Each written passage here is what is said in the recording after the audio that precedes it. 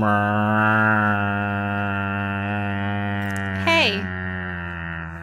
Hey. Welcome to Four Nerds Save the Universe, episode 40. Shell and Three Bird. nerds and a cow. Episode 41. Episode 41. Shell and Bird missed the episode 40. How dare you not 40? be here for entirely arbitrary numbers that don't matter. Haven't I missed way more than 40 and 39 and probably 38 at this point? I don't know. I think you're just gone for 2 weeks, I think. Whatever it was. What did you say it was? 41? Yeah, we're 41 now. Wow, that's how many days of Christmas there are. Just what? That song is a lot longer than most people give it credit for. I mean, the modern American version where the Christmas just keeps expanding until it eats Halloween. On the 41st day of Christmas, we went trick-or-treating. So, you joke about that, but like the Target across the street, I'm not on joking. Halloween, the Christmas decorations go out. It's horrifying. If Christmas keeps spreading out to consume everything else, like, we won't be able to explain to our children what the Nightmare Before Christmas is about. Because those are different holidays. Like, we won't be able to explain that to them anymore. Because that's the direction we're going towards. I want to go, oh, dude. Thanksgiving just sits dejected in the corner. If we ever live in proximity, we need to go caroling on not Thanksgiving, on Halloween. Just go caroling in all the wrong holidays. Yeah. Oh, yeah. Valentine's Day. Fuck it. Why not? I love you. You love me. We both went to Valentine's Day in our heads. Valentine's. Well, it's like the most not Christmas separated out. Yeah, it's like a couple months after Christmas. Yeah, if you're doing Christmas shit, then you're doing Christmas the wrong thing. Yeah. How come Christmas only goes in one direction though? Like, why doesn't Christmas go in the other direction and gobble up some New Year's Because time? there's preparation involved in celebrating Christmas, because you buy things in advance and stuff like that. And in a capitalist society, that's all about doing more and more events about that, basically, to sell things. Afterwards, it's clearance sales. So Keith, you're bitter as a ham on Sundays. Well, that's just the reason. You gotta set stuff up in advance to celebrate the day, even if you're like putting up decorations. Whereas afterwards, it's like, eh. At the same time, people keep their trees up through January sometimes, and then you see them. April. You have no excuse. Yeah, I had a friend who would keep live trees up well after they died. So like, you know, they get the live tree and then just keep it up for all the way into the summer. And there would just be like a corner of the house that was just covered in pine needles and like a dead tree sitting there. And I'm like, you should really like take this down. And they're like, yeah, we should. And that's just the end of it. We always just had a fake tree that we jammed in a box in the garage every time and then brought back out for over and over again for 20 years.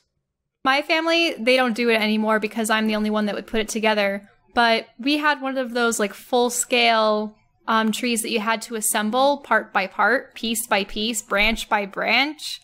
And it was quite labor intensive, but I absolutely loved putting it up. And now that I'm gone, they bought some tiny like 3-foot thing that they stick in the corner. And I'm just like, guys, how dare you? Because our tree was just glorious. I had a neighbor growing up who left the Christmas lights on their house on the entire year round. Yeah, I was going to go for that. I think right? everyone had one of those people in the area that just always had lights on their house. So I live down in Southern California where like you don't really have to worry about snow or anything like that. And so people would just leave their lights there. And I think there was kind of a community realization that the Christmas lights actually looked better than the house lights. So like I know my neighborhood, for example, almost all of them had Christmas lights year round. It actually looked really nice at night.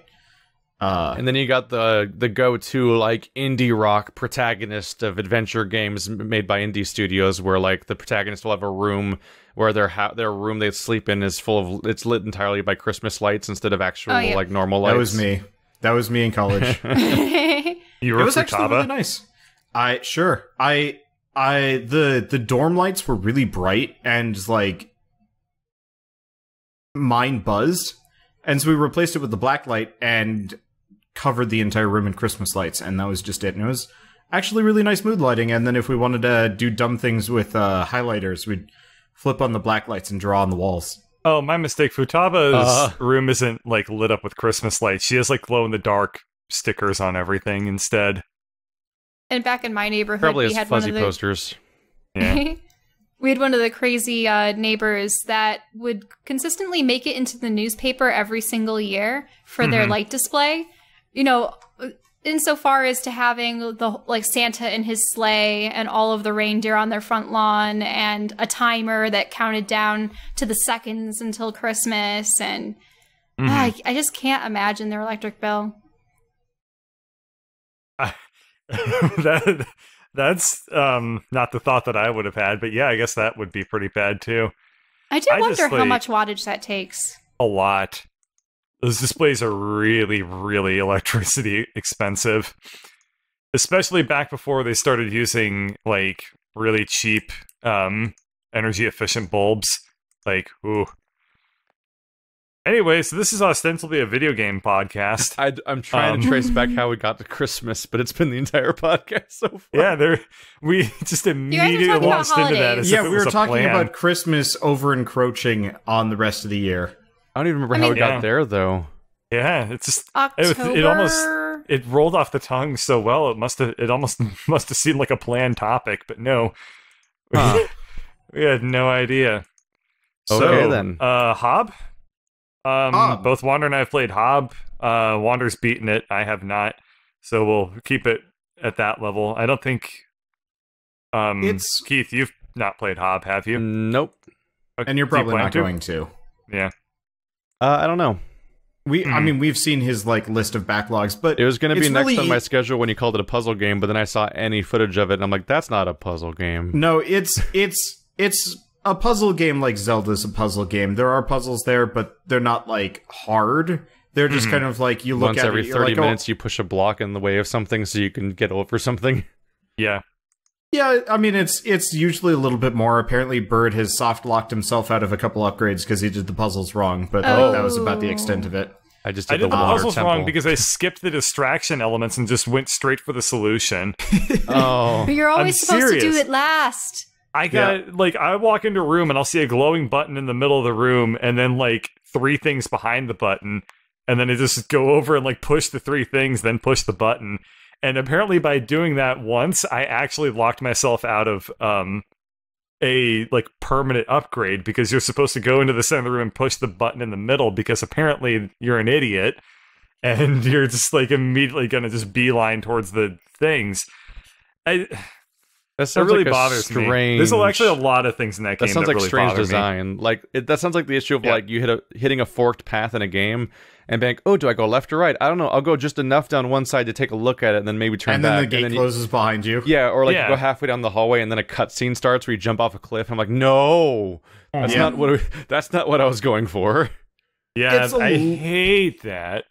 It's a little questionable for Hob, but I guess for me, almost none of it matters because there are no boss fights, so having extra HP is kind of meaningless. Same thing with the extra EXP bars. If it was you mean stamina, right? Oh, the energy bar, the blue bar. That wasn't really stamina because you didn't need it for dodging. It was mostly just to charge up your punch. That's true. So the entire we should probably explain what Hob is. It's kind of like Zelda, where you've got this the older Zeldas, I'd say, Link to the Past or Link's Awakening, where you've got kind of this sort of ostensibly big open world that you can explore, but it's kind of locked off by what you have available to you. You know, you can't chop down the bushes immediately. You can't press some of the switches. They're obviously teleport pads that you can't use. And I thought there were these grates that you could jump down, but turns out that was a red herring all along. But so kind of initially you're given this big open world and then kind of guided down a very linear path, and you have to do a bunch of things, and then slowly over the course of the game, the entire world opens up. But really, even then, it doesn't open up until the end of the game, that always caught me by a bit of surprise. But each area is kind of marked by a couple things, a bunch of different collectibles, a dungeon, if not 2, in a couple of areas, and this kind of purpley corruption stuff that you have to clear to actually gain access to everything, because it's blocking your path and will kill you if you try and get past it, and so on and so forth. And so by going around collecting upgrades and turning the world back on effectively and rebuilding the world, you slowly get access to everything. I really liked, I think, more the narrative and the organization of it than the like, you know, minute to minute. Because one area, for example, you're going into effectively a giant generator and plugging everything back in, and it lights up the rest of the world and activates everything thereafter. Or another place where you turn on the water. I think I've tuned in to watch you play it like 5 times now for like a couple minutes at a time, and every single time you were just in transit between places. That's spend a lot of time. Yeah, you spend a lot of time walking between destinations in that game. To the point where I've tuned in like 5 times, and I don't think I know what the gameplay is yet. Wasn't it a huge issue that so much of the world was open to you on a single map that it was causing everything to, that's like, a separate thing, and I was going to talk about that later. Down. For me, I'm such a completionist for Metroidvanias that, like, if I get one power-up, I immediately go back through the entire world a second time to see what side areas I've gotten access to. Even though the smart thing would be to try to get say, like half of them or something, and then backtrack once, then backtrack before the end or something. Yeah, and it actually turns out that the game was designed specifically for waiting until the end before you do everything, because until you clear out that purple goo, most areas are like just completely inaccessible to you. And so I spent a lot of time trying to figure out how to get to a place. And in 1 or 2 cases, it really was because there was like a hidden ladder somewhere that I needed to take down to an area. Like I missed a whole huge section with Mario and of Rabbids, actually. Where, like, you have to keep... Yeah, in Mario and Rabbids, every time you finish a world, you get a new power. Which means you then have to replay the entire previous world you just finished, but now with that power to unlock environmental puzzles to continue. But then they get kind of dickish about it, because in the first one, you finish the first world and get a power that lets you replay the entire first world to solve it 100%. But when you do the second world, they give you the second power, but then there's also you still need the third. There's a third thing you need. I'm like, no. So like you'll do a second lap through the area and then realize you need a third lap. It's like that with the Metroid Prime games. And the funny, the terrible thing is you can hear the power ups. Yeah, you know it's there. So you can see it, but you can't get to it. Go. And so it could be beyond a shield or beyond a wall or up in the rafters or somewhere, and you're like, I don't know how to get it yet. And then you have to remember where they are to go back for them. Skulltulas. Yeah. Skeletas. Yep. But that's actually what broke me for Mario and Rabbids, where I was eventually just like, I'm not going back for the remaining I'm not going back for the remaining collectibles or not collectibles challenges. They're just not worth it until I beat the game. But so Hob kind of does that, and I almost wish they had made it less obvious that you could go back for things, like even locked you in. But that said, I think I should talk more positively. I just really liked, I think, playing it, because there aren't a whole lot of games where you're just kind of wandering around a world and solving things, and you know nothing is like particularly demanding, and you just kind of go at your own pace. And so I got to screw around. I found out, by the way, Bird, when you play, there will be waterfalls. I want you to fling yourself into them sideways and tell me what happens. Okay, because sounds good. As Shell had kind of alluded to, they programmed the game and they didn't think about Ryzen processors when they made the game. So, Bird, you said your performance has been like perfectly fine for Hob, right? No, I have issues too. But they manifest in really like in very local areas. I'll just walk through, and while I'm in that specific spot, my frame rate will drop from like 60 to 20. I watched some hardcore hitching in that game. Does it have like a de novo thing going on, or is it just actual genuine problems? They didn't make the game for Ryzen, and then they also didn't make it load very well. So whenever you're transitioning areas, it would just grind to a halt. And if you were fighting on top of an area transition, it would load the previous area, load the next area, and then switch back and forth instead of keeping them both loaded there for a little while. So I didn't have nearly as many problems as you had, Wander, but I did still have just random spots. You just walk by them, and you're like, oh, what is happening? Let's just keep talking and keep walking, and then it clears up. But like you definitely got the blunt end of the stick there. The nice thing mixed my metaphors very badly there. The nice thing for me on that one was I had started streaming down the ugly apple. Yeah, I really did. I fell down it, and then it hit me the rest of the way. But so I actually started playing Hob the night before it came out, because that's when they handed it out. And the developers actually showed up, and I was like kind of waffling. I'm like, maybe I should give them time to fix it. And the lead designer showed up, and he's like, no, keep playing. Mm-hmm. Please just keep playing, because you're finding all of the bugs that we can't find. That's so we good. They're honest developers. Good for them. Yeah, no, like it's a shame because for me, Hob is actually one of my more favorite games from the year, just purely from like an aesthetic world standpoint. You like robots? Yeah, I like robots. I like ancient runes, and I love like this visual style, and it was just pleasant. But so they more or less demanded that I keep playing. But the patch notes for patch 1.10.2, the third note is special shout out to Wanderbot, whose assistant singularly made this patch possible. And so like I was in this like weird standpoint where I was just like, I gotta stop because this game does not perform at all well, and like I feel like I'm making it look awful. You had a lot of people going after you in the comments, like, "Why are you playing this?" Somebody's like, "Turn down the graphics. You clearly can't handle this." And I'm like, "No, this is Patch notes 1.10.2. Special shout out to Wanderbot, whose assistant singularly made this patch possible." Yeah. Nice, dude. Yeah, and very nice. Your most expensive computer possible basically can't handle this indie game, obviously. Yeah. What you need to do is you need to actually get a second 1080 Ti, and you need to SLI them together, and then you can experience the true majesty of Hob. Really, I need to figure out how to get an Intel and a Ryzen processor into my computer and run them in parallel. Yeah. That actually would solve the problem. Your computer needs to dual-wield processors. No. You can't.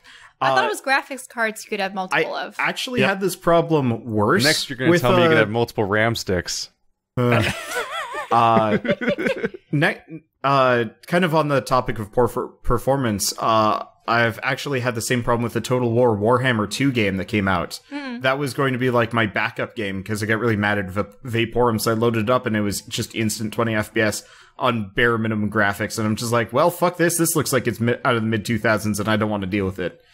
So I just gave up, but it feels like I should not have gone with a Ryzen processor because it is really creating sucks more because problems. those are such hyped processors. They're and they're nice. supposed They're to be so top good. of the line, and But is it? But games that have been in development for longer than the Ryzen exist, they for Runic, for example, they didn't have a test box, so AMD actually drove a computer to them and delivered it to them personally, saying like, "Here's your test computer, make it work." And then they didn't make it work. Well, they did make it work, but this is after the game had come out. I get you. And so 2 hours before I was done with the game, the developers pop on and be like, "We fixed it. By the way, we had the AMD computer finally and got it all working, loaded up, and it smoothed out so much more. So now it looks like good for them. What you experienced, Bird. Yeah, they fixed the vast majority of the problems that I was experiencing. I'm sure they've got more. Isn't that the issue with anything that's just so brand new that not enough has been established for it, and you run the risk of being... Yeah, they probably just didn't even think Ryzen processors existed, but since Bird and even PS4 players have actually said that they have hitching and crashing issues, which is kind at that of shocking. Point, you run out of excuses pretty fast when it's the console port. Yeah, they've got excuses for me because, okay, Ryzen, that's excusable, but the rest of it is really? And I feel bad for them because, they're lovely people and they make great games, but at the same time, this is their third game that Runic's put out, and these guys are the guys that worked on Diablo 1 and 2. So, you'd think they kind of know how to launch a non-broken game. Yeah. Actually, well, back to... that's a big part of the experience is that, it had a very rough launch, but, assuming that they have, smoothed all that out, there's still, in my opinion, it's a game that missed so many opportunities, and I don't know how much of it is on me or not, but, it's this open world game, and it's about exploration and stuff, and I constantly find myself finding little nooks and crannies and paths that I think are going to lead somewhere, and then I jump onto them. You fling yourself to your death? I fall through them. I clip through them. I bounce off of them. I Or in some cases, I land on them and then they just I think like teleport Wander's me and first kill session me. with the game involved a Demon Souls style like character goes skiing off into the abyss because he stepped on a slight slope or at the beginning of the game. I had that happen. There was I had a bug actually where I got rid of all the purple goop. I had cleared it out, and then I walked through where it was, and then my character sunk into the world, dying horribly because it had gone invisible, but it hadn't unloaded. And then there was another point where I just randomly fell into the world and died.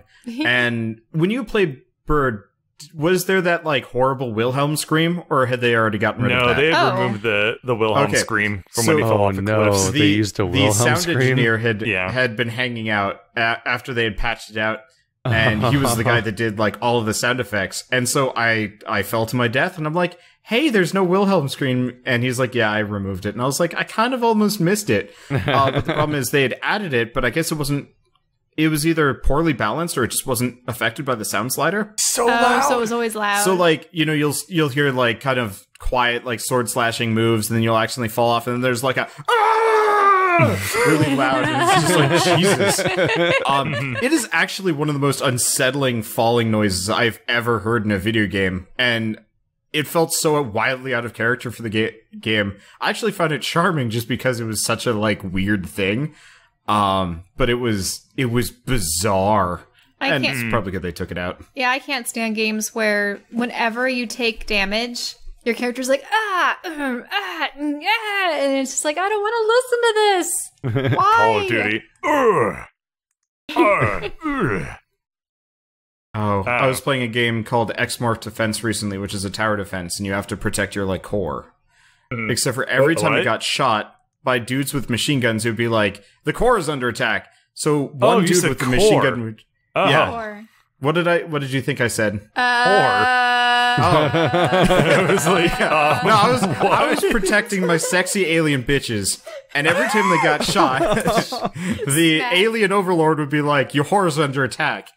And but there was no cooldown on it, so he'd say it over and over and over again, layered on top of each other. So if I was losing, it was as like a billion lines overlaid on top of each other. It wasn't your core is under your attack. Your core is under, it's like your core, yeah, and it just keeps it going. just did that over and over and over again. It was horrifying. It was amazing. It was a fun game. Row your boat, but like on every note. So row your boat. Yeah, it's like if the core. it's B movie, but every time they say B movie starts over again, it layered on top of the previous B movie. There you go. Yeah, I want to watch that now. God, oh no, you don't. That'd be awful. The B movie? We're podcasting. Watch shit YouTube videos later. I wonder if that exists. Actually, I should look. You can it up make after. it yourself. You just watch V movie, and every time they say B, you open a new tab of the same video. Until your core processor melts down and your job is lost. Man. Well, I actually had my own encounter with an indie developer. I want to see Wander actually doing that and recording his reaction to it. Anyway, Keith, tell your story about Not the B movie. Okay. I ended up with my own indie developer encounter because I ended up playing Primordia recently, just because it occasionally comes up as a request, and it is not at all a new game. But like it's one thing when like you play the hot new indie game, or not even that hot new, but just any new indie game that's currently like people are manning the PR for it and everything. They're like, oh man, we're gonna support you and everything. Like we retweet you when we comment on your videos, all that stuff that happens normally when they're just trying to like, you know, like look good and everything. It's always very short-lived. It's a trip when you play a game from 5 years ago and that happens. Where they're like sharing your videos and also commenting on the videos and explaining like the inspirations and things going on in various parts of the game and what it was like to develop on it. And actually pretty cool. Or even talking about like, oh no, Loom is way better than our game and stuff like that. I'm like, okay, this is a trip. It made me very happy. I had already beaten the game before before they really started arriving, just because there's this awkward moment where you encounter a female robot, and I'm like, isn't it? I just wanted to talk about like for a moment like the weirdness of like, it's weird how all these robots have no apparent gender until suddenly there's a female character, and that one has female traits when nobody had gendered traits until just now, because like they're just robot shaped. And then it's like I get this there's this detailed comment about how like it's actually the that robot is inspired by like I think somebody at the company worked in law, and like it was based on one of their heroes and stuff like that died before the character was finished and before the game came out. And I'm like, oh, okay, I'm sure happy I finished before they started commenting, or it'd be really hard to like not filter literally everything. Yeah, I'd be like terrified about everything I say because I'd be like going through this filter of like this, like talking about someone's passion project. What emotional landmine am I going to fling myself bodily onto next? It's a real nightmare sometimes. It's like when you have the developer show up on your stream and you're like suddenly like not wanting to say anything negative at all, but also like but like stuff's going bad usually still anyway, and it's like what do I they're here. Primordia is a really cool game though.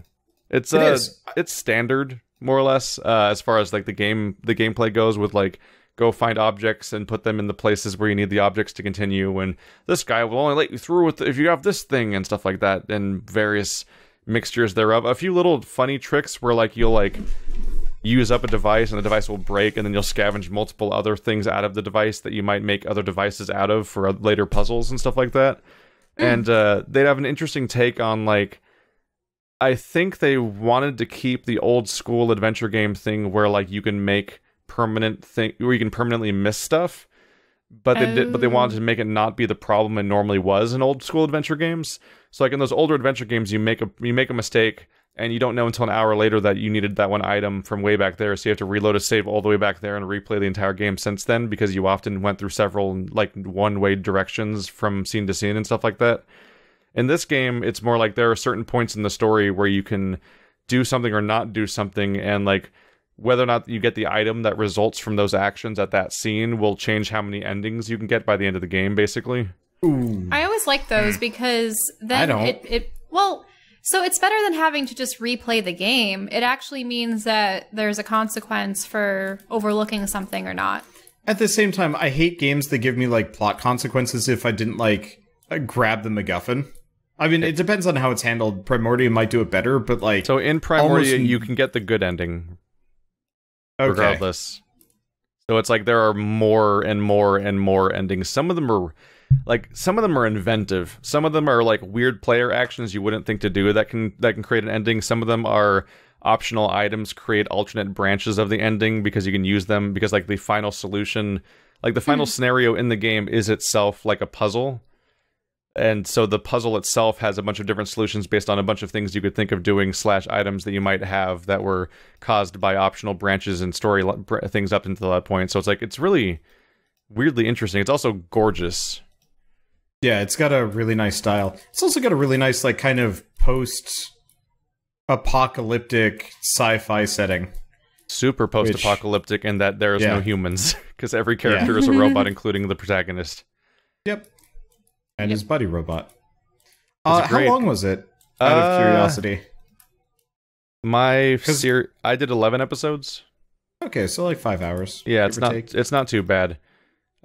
There's a few leaps in logic in puzzles, mostly in the first part, more so than the later parts. There's like a few like... Yeah, that's where I got stuck. I was like demoing it to see if I should play it with Shell, back when Shell was kind of like, I don't really want to do like games for YouTube, and I was like, but maybe that was Primordia? Back when we were first starting out. No, this was like really early on. Yeah, there's some real moments of like... I got stuck.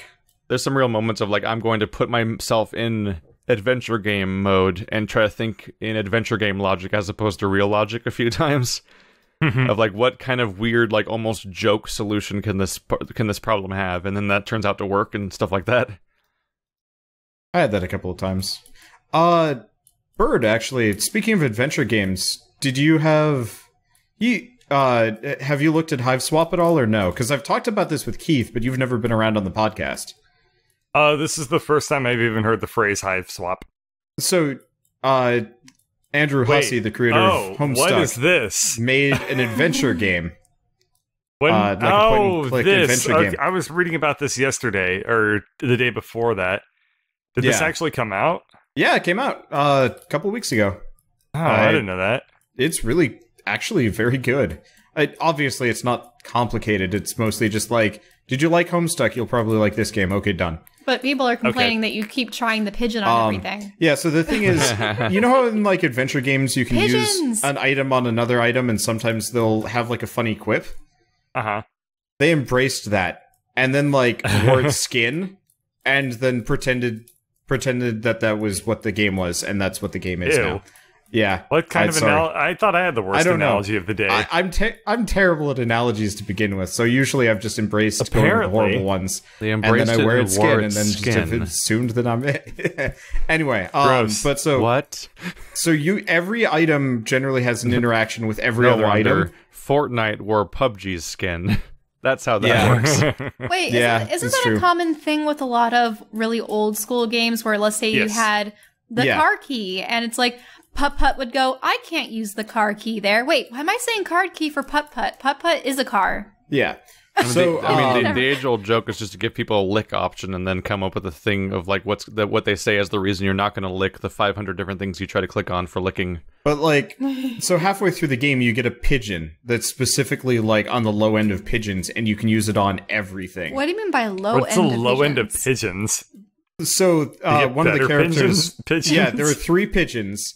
The smart, brave, courageous pigeon, the kind of cowardly pigeon, and the dumpster fire pigeon, fast, and then the dumpster fire. Yeah, it was like even the main character, one of the 2 main characters, is like, okay, I'm not really sure if like this thing's even going to be able to fly. It's so dumb, and he sends it out to bring a key to his sister who's trapped in the house, and it manages to heroically survive.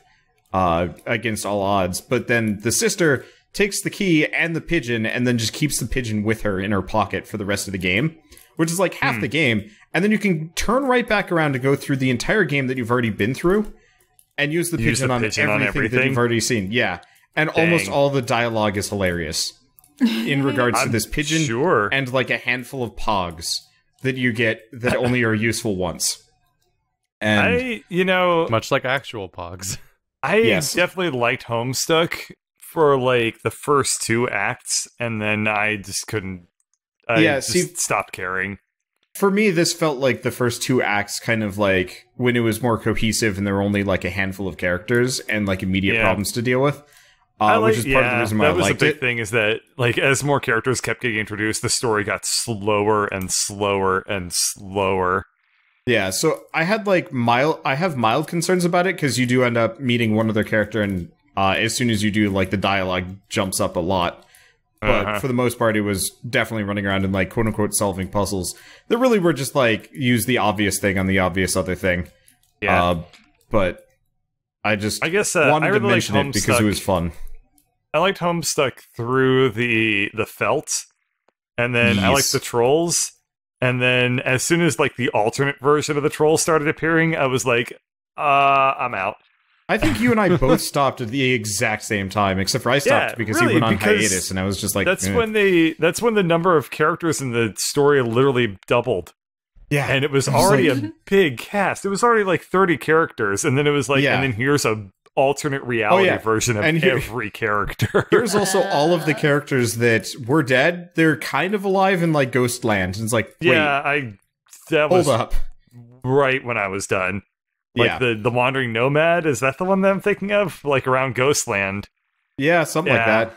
I just remember there were like dream bubbles, and it was just like, all right, I'm checking out. That's the one I checked out. But the interesting thing for Hive Swap for me was Wander cosplayed as a Homestuck character? Is that what you're about to tell me? Yeah, Dave, within like the first, couple of years of Homestuck being a thing, so I was like, okay, I'll just be Dave, because that's an easy one. That's the easiest one. Yeah, exactly, because I had blonde hair at the time, so I was just like, all right, this is easy peasy. Yeah, and he poked me in the eye with his massive, what was it, a duct tape sword? I made the sword.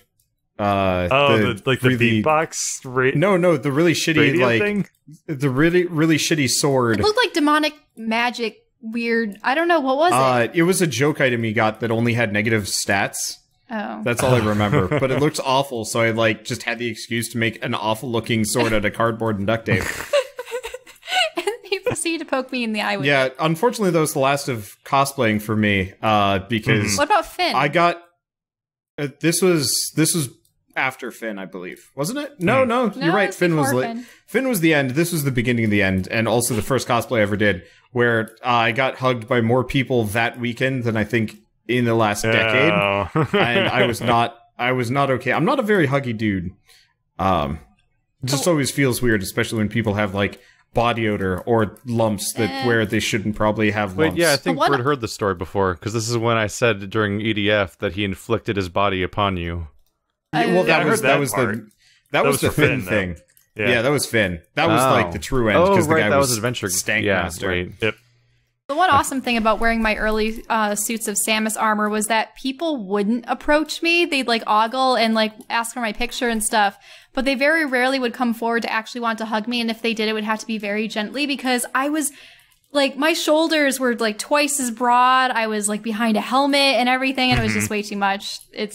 I think people kind of understand you don't hug the armor, because that's where shit gets broken. Yeah, but also, I couldn't fit through doors. I couldn't sit down. That was difficult, but it was funny because half the people were like, "Are you a girl?" And I'm like, "Yeah, yep. I am." And they're like, "Oh, that's cool." Samus. It's like the legends. I think one of my favorite things to I think one of my favorite things to come out of Homestuck is Sweet Bro and Hella Jeff. I think I showed Ladybird Sweet Bro and Hella Jeff a couple, like at least once or twice, and she was just like, "Why are you showing me this? Do you remember Sweet Bro and Hella Jeff?" I tried to forget it. Do you remember this thing that I have on my monitor right now? Wait, what? Yes. Who are these characters? I never got into Homestuck myself, but Sweet Bro and Hella Jeff is a parody trolls. of bad webcomics made in MS Paint by like little kids, like 7-8-year-old kids who have no ability to make any art. Do you know what this reminds me of, though? There's been these new apps that everyone uses lately, at least for Facebook or something, where there's really nicely drawn pre-rendered characters that people can customize, and they have... Ooh, like the hot dog. Like the hot dog? Yeah. And you can have them do just like interact with pre-rendered objects and stuff, and you can make avatars for your friends and show them interacting. And people have been using that. Or there's like Control-Alt-Delete where the faces haven't changed in a decade and a half. You don't know what the hot dog is? Here, I'm going to paste it into the podcast. It was actually really funny when we went to that one convention as Finn and Marceline, because I was prepping my makeup and all of the trolls from Homestuck were prepping their makeup, so we were all just like plastering ourselves in light silvery gray makeup. Though I did contouring. That's always necessary. Hey, at least silvery gray makeup is probably pretty cheap, right? Yeah, I was able to find a package that was made specifically for vampire. Well, actually, yeah. I mean, Halloween and Marceline's a vampire. It just makes sense that you have... It was on the pale side of a gray, so it had the right tonality for it. What's the story of the hot dog? Out of sheer curiosity?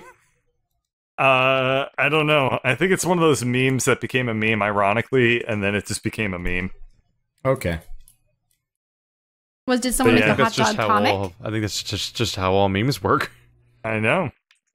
Because people were talking about fandoms I don't understand, I zoned out a little bit, and I browsed Steam a little bit, and I encountered a true gem of shameless advertising. Uh-oh. There's a game called Tower of Lust, and its banner image on Steam is clearly like a woman with her arms up, and she has no clothes on, and it cuts off just before you get to the boobs, and it's like suggesting that she's doing something.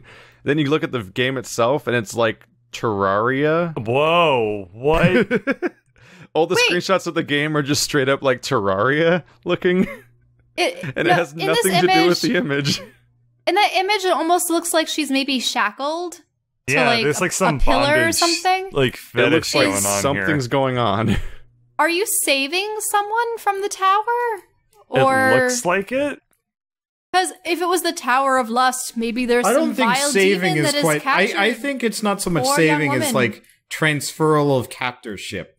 I just wonder if that banner image actually helps them get sales, because like normally when a game is being that shameless, the game actually is also like that. Like I think of all like the visual novels and the Sakura games and games that are like ironically or unironically about like women wearing like almost no clothes hitting demons or something. But like this one has like that kind of avatar banner thing. Yeah, they could have, and then it's Terraria graphics.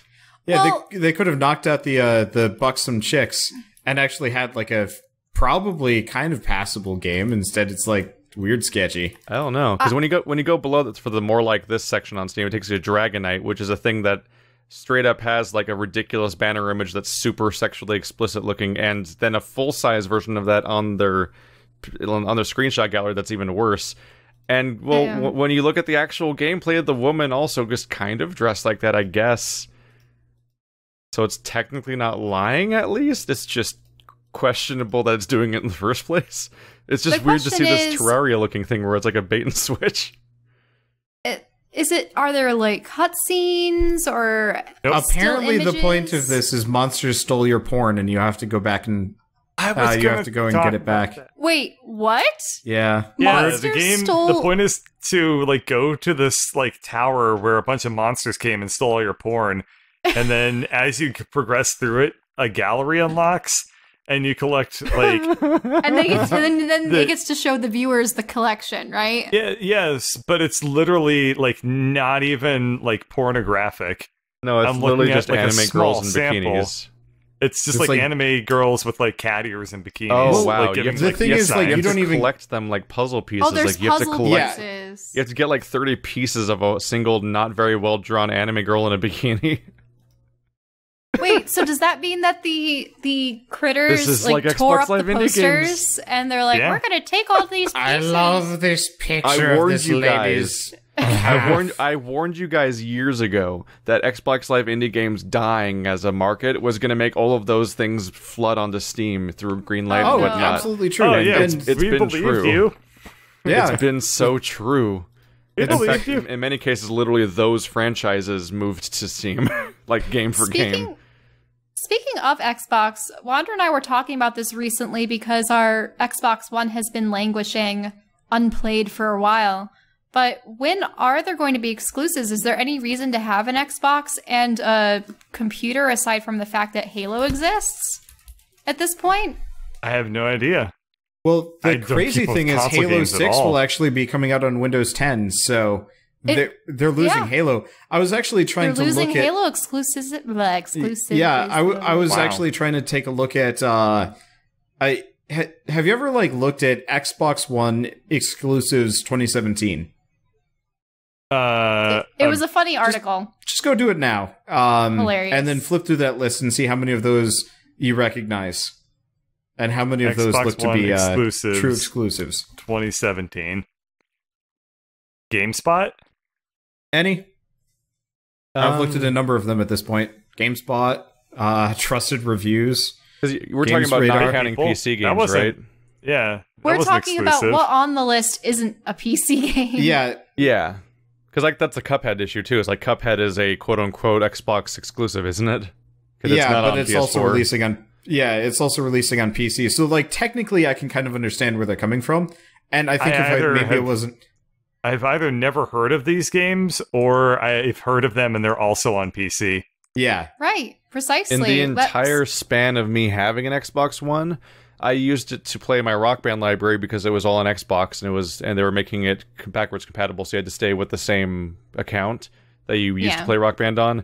I played the Master Chief Collection with Andrew, and yeah, the only time I've ever popped up my Xbox for the specific purpose of like, let's do a let's play of this game and stuff like that, and I have to do it on Xbox, was I technically needed it to play Inside earlier. Earlier than the PC release because it came out on Xbox One first. And that's the only time in the last like 3 years I've touched my Xbox One for Let's Play purposes. Yeah, was it worth it, Keith? Was it worth it? Inside's fine. You made a rich man richer, Keith, but did you make your life richer? Price.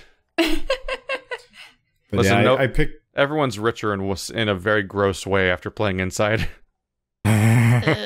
Fair point. Yeah.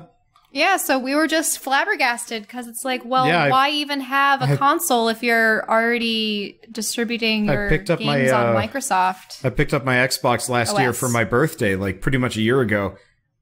I turned it on for Recore, and I haven't turned it on since. Recore was on other stuff, wasn't it?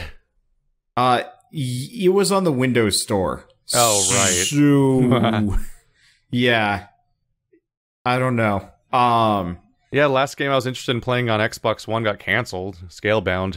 Yeah. Oh, wait, that's was just that not exclusive happening. to it? Yeah, it was going to be exclusive, which is like, why do you cancel your only potential real exclusive that isn't just a rehash, a remake, or also already on PC? Something was probably going poorly with it. Oh yeah, I'm sure. People were saying negative things about like previews and stuff like that near the end before it got canceled. So it might have been that the actual project just wasn't panning out, but it almost killed Platinum. Yeah, from what I heard, Platinum was kind of going all in on it, but Microsoft was like kind of giving them the runaround on details, and like the combat wasn't shaping up because both sides had different ideas, and it wasn't going well. Yeah, the game getting canceled almost destroyed Platinum, and they might not be a company right now if Nier hadn't done so well. Yeah. Mm-hmm. That was just a might weird say Nier was background their story. Final Fantasy. They were near bankruptcy. Okay, you win. Yeah. How many of us are planning on playing Cuphead? I'll probably play with Andrew in co-op. I don't think I'm going to play it. We were debated it, but Carl. I thinks wasn't that I won't debating it. I was survive. like, I will play this if I'm ever in like physical proximity to somebody else, but if I play it with Shell, you're just going to be angry at me. You're not going to be angry at the game. You're going to blame me for bringing you onto that experience, and I think I will preemptively avoid that, knowing what I know. I mean, it just reminds me of all the old cartoons that I used to watch that my grandmother had given me from New York City. It reminds everybody of those Max Fleischer It was That's Little literally Lulu, that's though. literally the entire point of its creation. Yeah. Yeah, like I don't mind Cuphead. I'm like toying with the idea of playing it tonight, but it's kind of I put it in the same boat as Fury to almost some degree, where I'm not against playing Cuphead, but the idea of sitting through and beating the whole thing sounds like more work than I'm going to have fun with. And so it would be a lot easier for me to just pass on it until I had somebody that I could play with that maybe we could reasonably beat it, or at least, you know, make good content out of it. Because if I play it alone... really good at bullet hell side-scrolling things. Yeah. Like, I was watching Cox and Krendor play it, and they would just go silent for boss fights because they couldn't even, like, commentate They couldn't over concentrate. Yeah. Well, yeah. And those two are pretty good at commentary at this point, especially as a duo. And I was just like, yeah, maybe I'll do it if I like literally have nothing else to play, especially because it's not that expensive. Half of it would be lamenting my demise. No! Yeah. For But, me, like- it's like I love boss fights, but I'm not crazy about Mega Man. Yeah. And that's kind of the thing they're going in with, like the jumping Is around there and even shooting any to the right. content outside of the boss fights to there speak are of? levels, but not but much and not long. For a number of them, it's like the levels where it seems like it matters are the kind of the auto scroller ones. yeah. Those ones seem like they're a little bit more designed. The actual platforming levels are like you rush through them and then you go fight the boss, and it's like, well, I guess. I don't know. I'm really glad that it exists, and that I think it'll make a lot of people happy, and I hope that lots of people play it, but I don't know if I really want to let's play it, is really what it boils down to. Mm-hmm. It just Yeah. seems like it doesn't, there's nothing grabbing it enough that, to me, that I feel like I'd be able to offer like anything unique Yeah. about it. And then, like, I don't know if I'm skilled enough to, like, Well, make it a cool experience outside That's of the just, other- like, talking about it. that's the other thing I ran into. It's like, whenever I look at a game, it's like, is it already getting coverage? Yeah. Then maybe I think I'll just give it a pass. Like, Isn't that every video game? not really. Yes. Like, what's a good example of a game that I picked up recently that wasn't? I mean, not exactly in the same vein, but Hob actually didn't get a whole lot of like large YouTuber support. So I didn't feel too guilty about playing that. What about Echo or other things? Echo is a perfect example of a game that almost nobody bothered to play except for me. I think maybe like one or two other channels have played it at this point. But it was a neat game that nobody else was even bothering with. So I was like, all right, well, this is a good opportunity for me to pick this up and play. And I won't, like, I don't feel like, I don't feel like Hob needs me to play it. Like, technically no game needs me to play it, but it's one of those where... It is one of those where it's like, it's a shame to pass on a game that is decent. And, don't leave us, Wanderbot. Like, we need you. Play us. That was how people talk to me. There was like, it might have been, I don't remember if it was one person over and over again or different people, but people were acting like I was betraying and disservicing Tides and Numarina because I wasn't playing it, and that I'm like, Numenera. as if like Oh. I'm screwing it up somehow. I'm like, what? I'm not their PR. I don't work for them. It's just one of those that's like, if there's already like a ton of other YouTubers playing a game, sometimes I'll just be like, all right, if I'm already on the wall about it, it's probably just not worth it for me. And like, there are some other games that are like clearly getting overplayed that I'm still going to overplay it anyway, because like Breath of the Wild was amazing. Yeah. But like at this point, not exactly in the same vein, but Mario Odyssey is coming out in a couple of weeks, and at this point, I'm not going to touch it because, one, obviously a bunch of other people are going to play it, but two... Just Mario. No one's ever heard of that.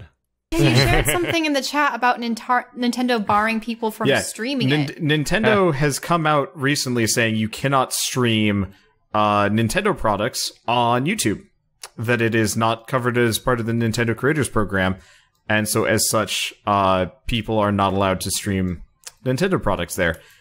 They haven't figured out how to get an angle on Twitch yet, so they haven't banned it there. 1 step forward, 12 steps back. Was it really 1 step forward? It was like a half step. Well, they weren't banning people for covering their games anymore. For a step, if I'm giving them negative 12. All right, fine. I am a fair man. But apparently they've already banned some people for that, so that's Wait, concerning. banned? Yeah. As in... from YouTube. They're kicked off of YouTube, or they kicked off the creator program? Supposedly, Or kicked off of streaming. I'm not entirely sure. The problem is all the reports are kind of hearsay. It's like, my friend got banned, so I'm like... Yep. The Persona 5 problem of like, I'm not touching it. It's fine. Yeah, well, I was actually trying to do some research for that, because, I'm still playing that game. It got really bright in my room all of a sudden. Sorry. Sunset starting? Apparently the sun just broke through the clouds, and then I looked over at my stream, and I saw that I had become... Oh yeah, that never happens for It's you. getting dark around here. White. I mean, you sure that's not just you? The whitest in all the land.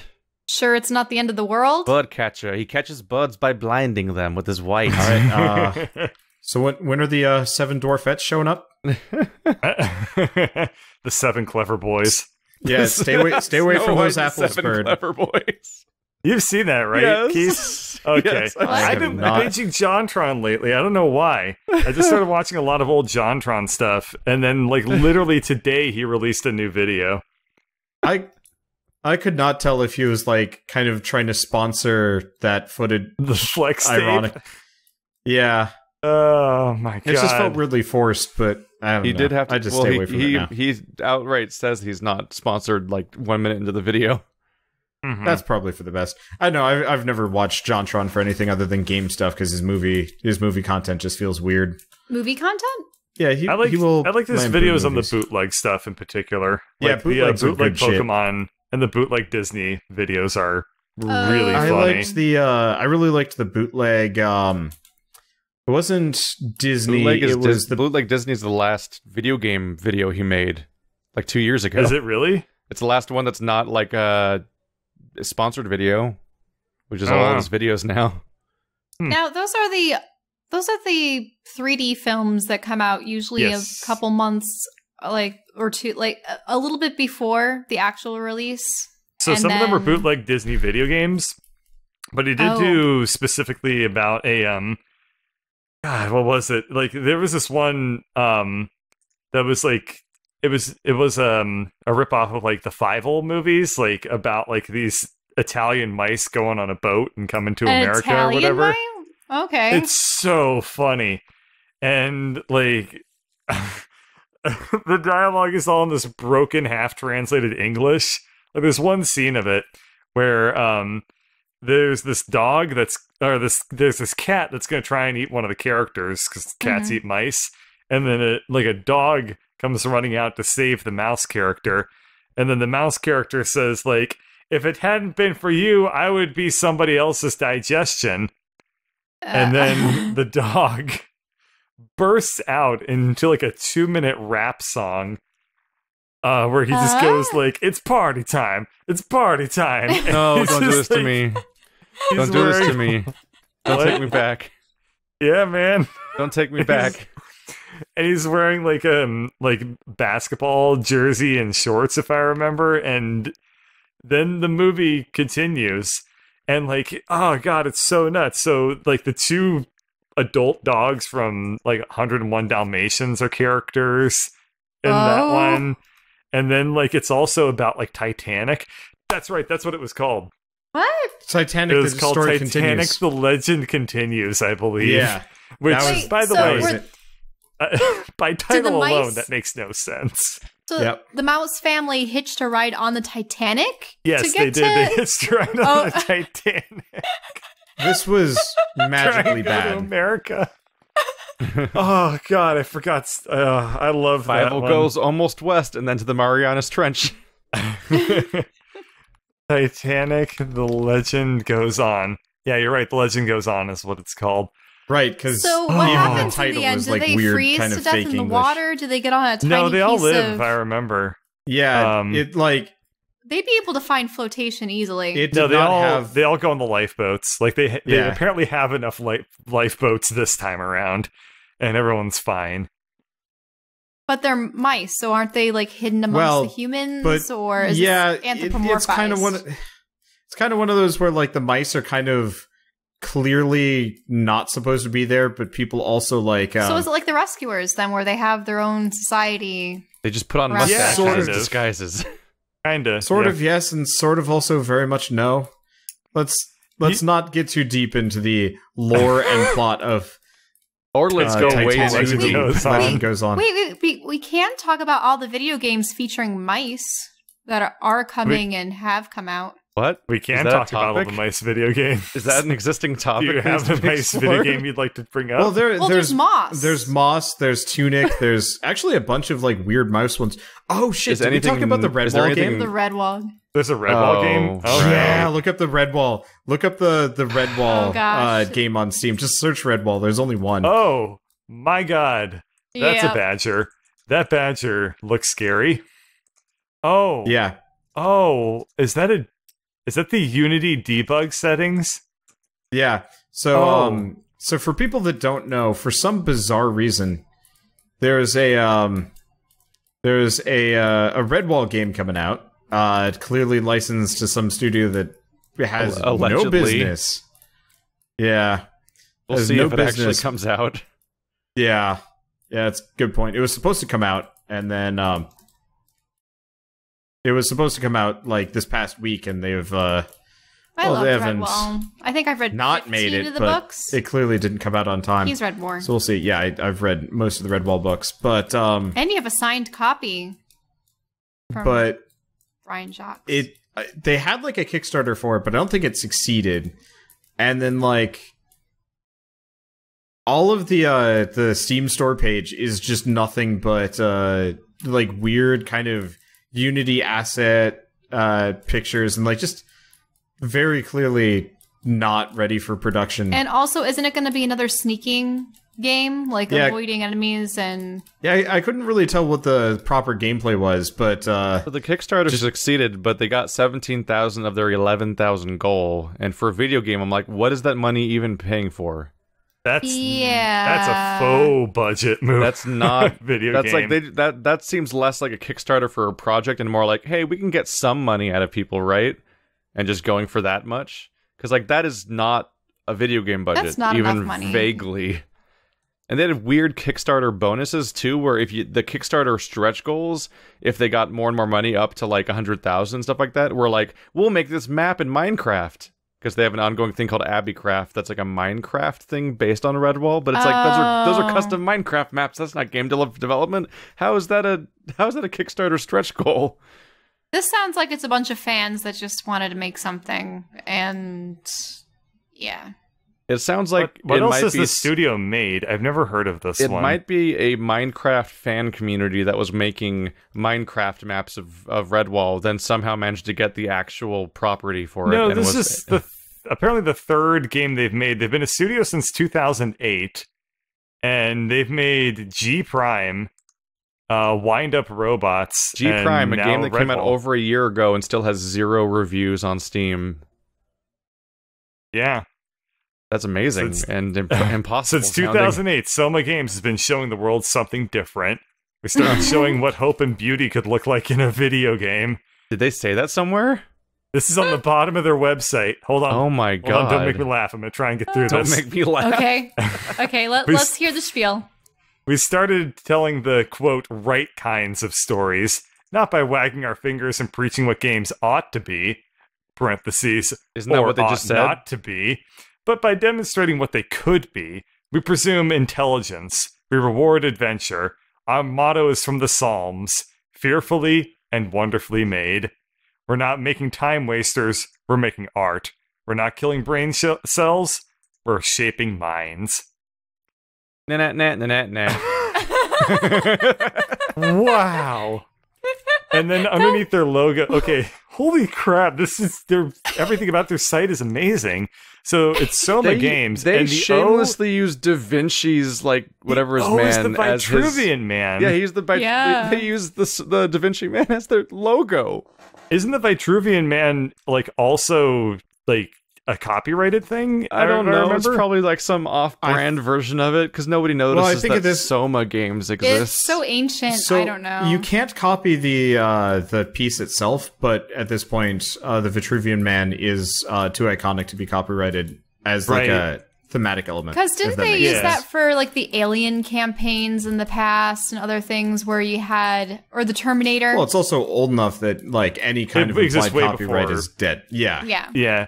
But, I mean, it's not copyrighted by Da Vinci, obviously. But, I mean, like, I thought that, like, the image itself was, like, something that the curators that own it, like, are very, very anal about. And, like, the government of Italy doesn't let it, like, go out and stuff. I believe with stuff like the Vitruvian Man, generally you have to actually license the image from the art, like, the holder of the exact piece. Which oftentimes It's something is like that. museums and whatever. I don't know how this one specifically works. But yeah, It gets underneath weird the with Soma art. Games logo, it's apparently this is their motto. Terribilitates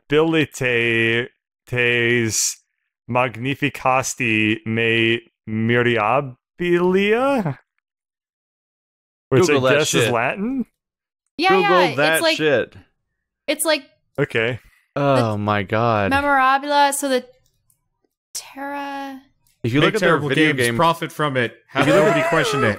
Good if you luck. look at the gaming footage that they have on their Steam page, like it's just like they have one that's a 90-second trailer where the entire trailer is them slowly panning around a mostly empty gargantuan room where there's one rabbit and one badger standing in front of a fire, and the badger keeps warming his hands, and there's no Can you decoration. Like there's like nothing It's here. that Psalm quotation. It's fearfully and wonderfully made.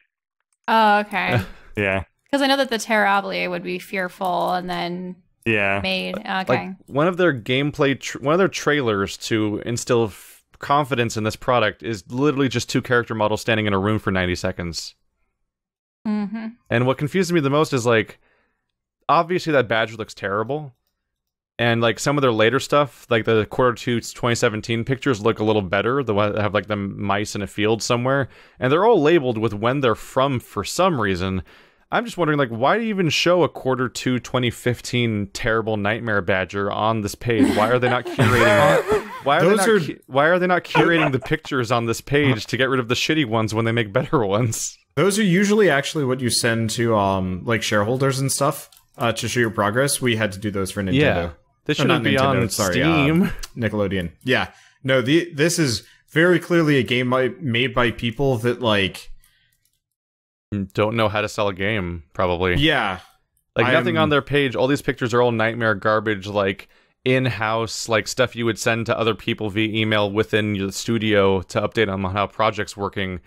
And like only the very last pictures, which are both 2 pictures of basically the same thing, look like something you'd even start to show to audiences. And even that is like not promising. I don't know if there's a single piece of footage or audio or anything anywhere on any of their pages that even resembles gameplay to show you that the game works. It's just a series. Like all the videos are camera panning around a room, and all the screenshots are like random figures. It's just a random figure standing somewhere, or usually, shamefully, just a 3D model in a 3D model viewer in the thing that it's made in, and they took a screenshot of the software itself. It'd be like as if Shell submitted art for a commission and it was literally a picture screenshot of Photoshop being open. Oh no. I found the official website for the game. Well, so the interesting thing I'm thinking, maybe they're just doing the art assets first without doing any of the actual game itself. Oh yeah, plenty of people do that, and then they forget that you can make a video game without art, but you can't make a video game without programming. Yep. Yeah. Boy, this website is oh boy. Brought to you by Squarespace.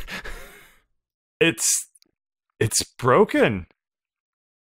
I mean, just scroll around and just watch as like none of the elements are. Oh like, yeah, no, I put just the went link to the in. bottom. I went to the bottom of the concept art. Sorry, There's a bunch of concept art at the bottom, and if you click on one of them, it just takes you back to the top of the page without loading the concept art.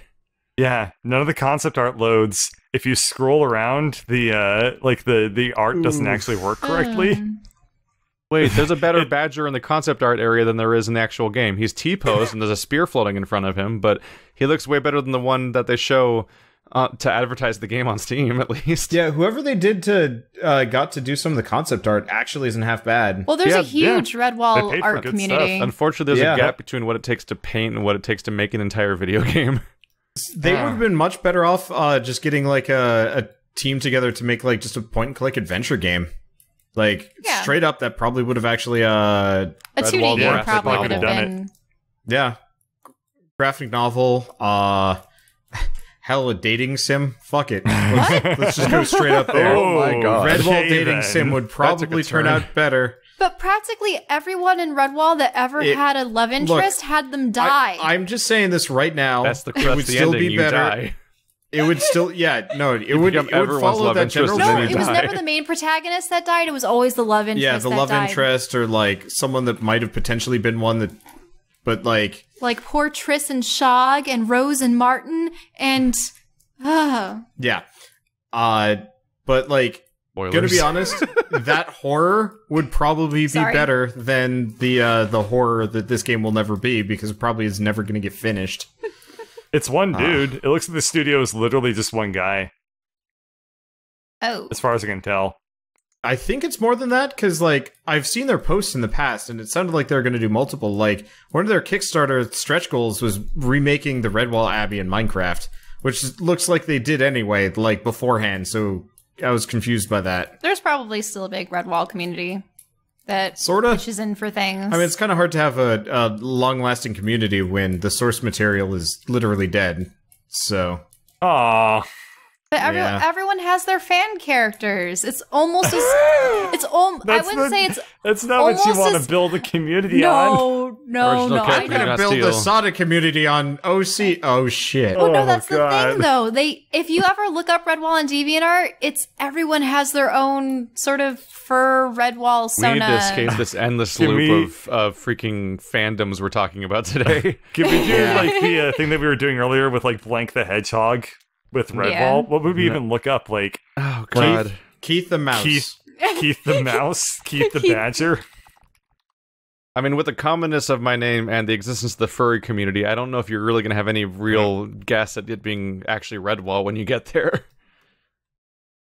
Probably Keith the not. Redwall Mouse. I'm can't just put Redwall in it and hope for the best. It could work. I'm looking up Keith Redwall character, and I unfortunately can't find anybody. Aww. What even is Redwall anyway? You've never read what Redwall? Oh. It was I've never read Redwall. So it was young adult Yeah, it's slash more meant like for kids. middle schoolers. Yeah, it was like middle schoolers. The books were definitely like more kids oriented. There were some mature themes, but for the most part, it was fairly kid friendly. It usually took place at Redwall Abbey. And it was like low fantasy. There was kind of magic, but for the most part, it was. They're usually roving bands of rats and ferrets and stoats. Yeah, they're always evil. Yeah, or shrews and moles and. It kind of did the Lord of the Rings thing where you had like the evil races and the good races, and the good races lived in like but the small Badger Lords civilizations. are awesome. Yeah, and there was always some kind of conflict or whatever all over the place. This fan art, the artist really, really should have rethought their silhouette while making this piece. Because there were 2 animated television series, or 3. Oh, no. Yeah. I think there were 3 animated television series. But, so Ned Wahlberg read Redwall by the Redwall. Yeah, it was just fantasy books meant for, it was just fantasy books meant for, kids. There was like 400 animals with shields, which is insane. Stuff. Yeah. Yeah, I mean, I had friends that did read them. Anthropomorphized animals. I liked him a lot. I met the author. He was great. He made fun of me. Why? Why? So my elementary school had us look for vocabulary words in our books. And we had to mark them with Post-it notes. And Brian... Jacques, I don't even remember. Or did you just bring your book in and it had Post-it notes everywhere? Yeah. So effectively, I brought in the book and it was just chock full of them because he uses a lot of like kind of not smaller words, but definitely an easier vocabulary for kids. Since they were his target audience, and so but still some eloquent language in there. Yeah, if anything, I think it was archaic. It got flowery, but it definitely like if you were searching for like basic 4th grader vocabulary, you were going to find it in his books. And so what ended up happening was I had like hundreds of these little Post-it notes in there being like, this is this word, and so on and so forth. So my entire book was like twice as wide because of it, and like just covered in colorful little like tabs. And he was like, so what's all this then? Because he was English. I think he was Welsh. I could be wrong. I think he was born. I think he's Liverpoolian. Okay, there we go.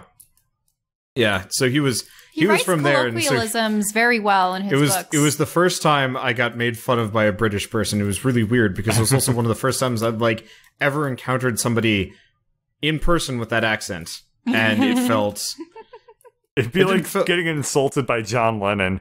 You'd just be like, "What?" Yeah, I was very confused.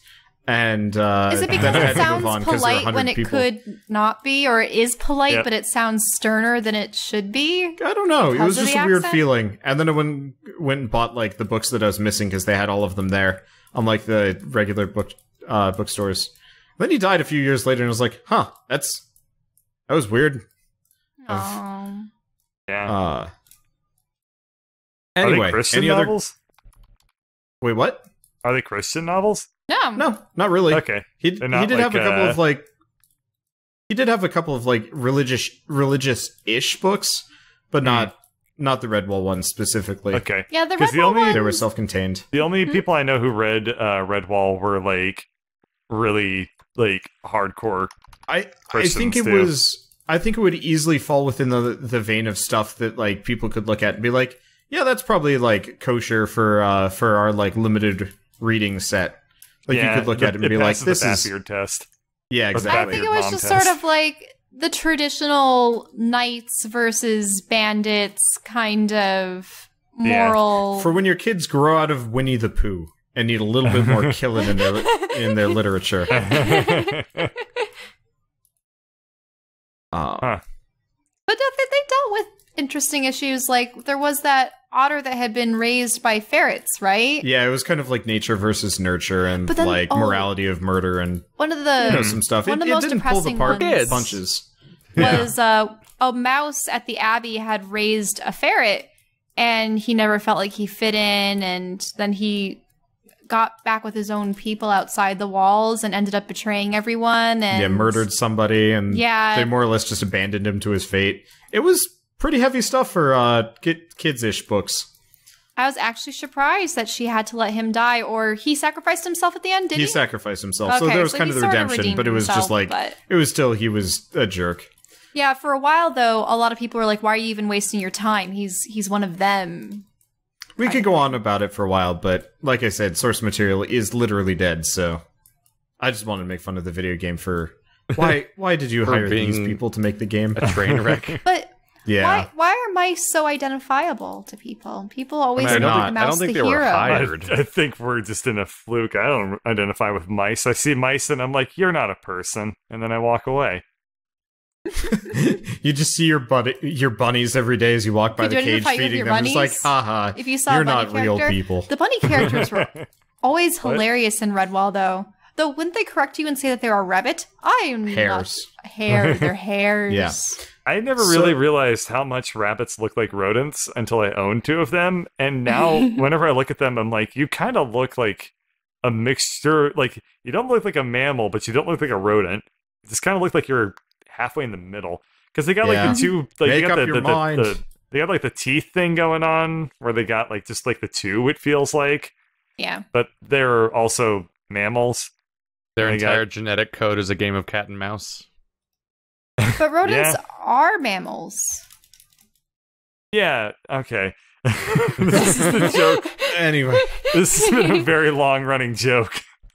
I've been So, insisting for a very long time that rodents aren't mammals, just to try to troll people. Just Okay. because he gets people- them every time. every time it works. It is invariably. The first time I think Bird really pissed me off with like this was him insisting bats weren't mammals or some shit like that. I kept saying that bats were bugs. Yeah, What? during What? this- I just Fuck could off. not like process the fact that he was fucking with me. So But no, can we? rodents are I'm going to mammals. forcibly change the topic. Keith, you want to talk about Vaporum at all, or no? Not really. there's not a ton to talk about with Vaporum. It's basically somebody else made a game that that scratches the same itch that Grimrock does, and it's been like 4 years, I think, now since Yeah. Grimrock 2. So it's nice. Yeah, to there are have not a something whole like lot in that come out. genre. And what's And- the genre? It's like first-person dungeon crawler. First person. Specifically dungeon Western crawl. style, though, which is like such Yeah. a different thing because it used to be a thing in like the 90s and stuff to have a bunch of games like Eye of the Beholder and stuff like that on PC, but then no one made them ever again because they weren't really profitable or something. I don't know. Isn't Interest Grimrock must 2 have coming Well, out they're soon? they're awkward. interest It's must not have a waned. yeah. It's not a type of gameplay that I would say stuff like Skyrim and whatever kind of killed it because But on the other side, it's more like engaging. Japan took it and ran with it because like Yeah. Japan has made like I want to say they've made like 3 games or so in the genre like every year. But yeah, they're- Nippon but they're Ichi so- Software publishes them all, and it's really weird because I still get the emails from that. They don't send me their good games; they just send me their dungeon crawlers. and I'm their like, games no. their games are a trap. Because if you want that kind of like the Eye of the Beholder looking game, like you get into those games, you're like, it looks just like those things when it's like screenshots. Then you start playing, you're like, oh, you trapped me. It looks like a dungeon crawler, but really it's mostly like you walk around a little bit and then you get into a fight, and then that fight is basically the core game. And they're usually games that are mostly about grinding. And from what I've played so far, because like I went into a kick for a little bit where I was like Grimrock 2 did well on my channel, and also I had a great time doing the series. So whenever a grid-based first-person dungeon crawler would show up, I'd take a look at it.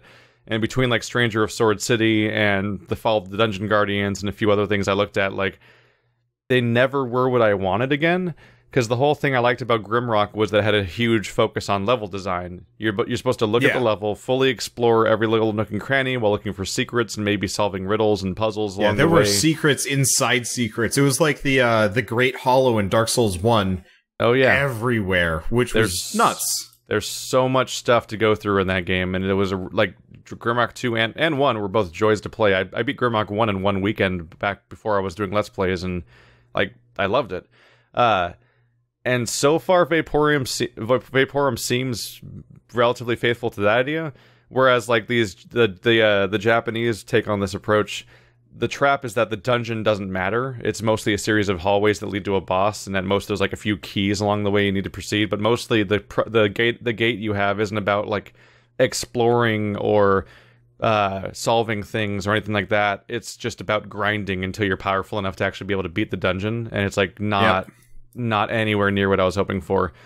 So far, Vaporum seems true to what I wanted, and the main difference it has between itself and Grimrock is that Grimrock was almost true to a fault to Eye of the Beholder and stuff, to having like a 4-person party and individually managing them by clicking on their portraits and stuff like that, and clicking on them to attack and things like that. In Vaporum, you play as one character that's in like a steampunk suit. And so you can swap out a left-handed weapon, a right-handed weapon, and 2 to 4 gadgets, which are basically spells, but steampunk spells. So it's like flamethrowers and acid throwers and stuff like that. And they made the combat a bit more snappy by making it so that you're WASDing and stuff to move around, and then you left-click, right-click to do left-hand and right-hand weapons. And so it's a bit more focused in that way. I'm only 3 floors in, but generally I'm happy with it. It's what I was hoping it would be. So, have you made it to the library or not? 3 floors in. I don't. The library is kind of distinct. The 3rd floor is haunted. That might be it. I don't know. I actually rage quit it. Then you're 1 floor behind where I stopped. So did you go melee or did you go magic? I went with the tech suit. Okay, so I went with that too. I just could not handle how the game handled its combat. It got really annoying for me. Because the game has the tech, which is cool, but the elemental effects, you always have an enemy that's resistant to it. So you pretty much, if you have the wrong tech equipped, you have to like more or less reload and be like, okay, I guess I got to take the acid off because one of my 2 spells is totally meaningless for this fight. Well, I don't reload, but I actually I open my inventory while I'm running around to swap out items, like as if you were changing your weapon in Dark Souls in a boss fight. Like I do that. But like, I ran into a couple of fights where it's like, here's a flame guy and here's a acid guy in the same fight, and I'm just like, this, come on. So like, I actually put it down to minimum difficulty, and I was still getting like trapped and murked by things. I'm sure it's probably because I'm like not the greatest at this sort of game either, but it just got so like onerous. Because I liked Grimrock for like exploring around and looking at stuff and like finding secrets, and for Vaporum it always felt like, oh, you found an audio log. By the way, there's enemies behind you now, and I'm like, I'm listening to the audio log. I want to like, I don't want to be like surprised by every chest I open up is when the enemies show up, because it starts to become tiring. That's never happened yet for me, like a single time.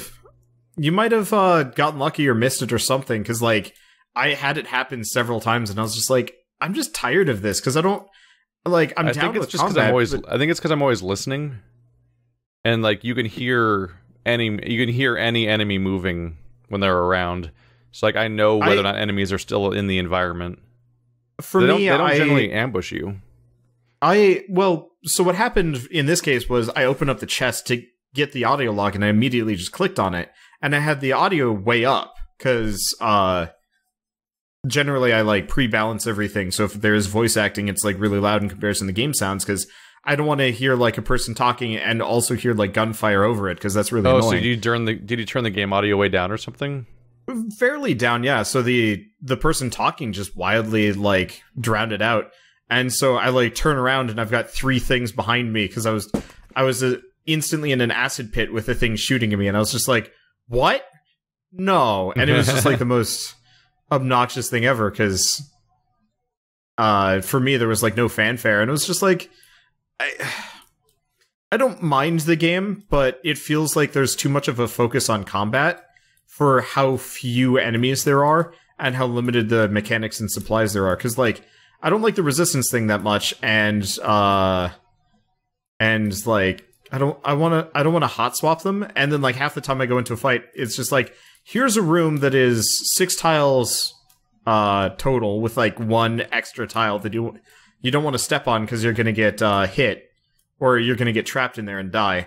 And then the enemy you're fighting lays down acid fields that cover all 6 tiles, so good luck, and the doors are locked and you have to deal with it. I'm just like, so I guess I'll just sit here and wail on the thing, because trying to dodge it just seems counterproductive.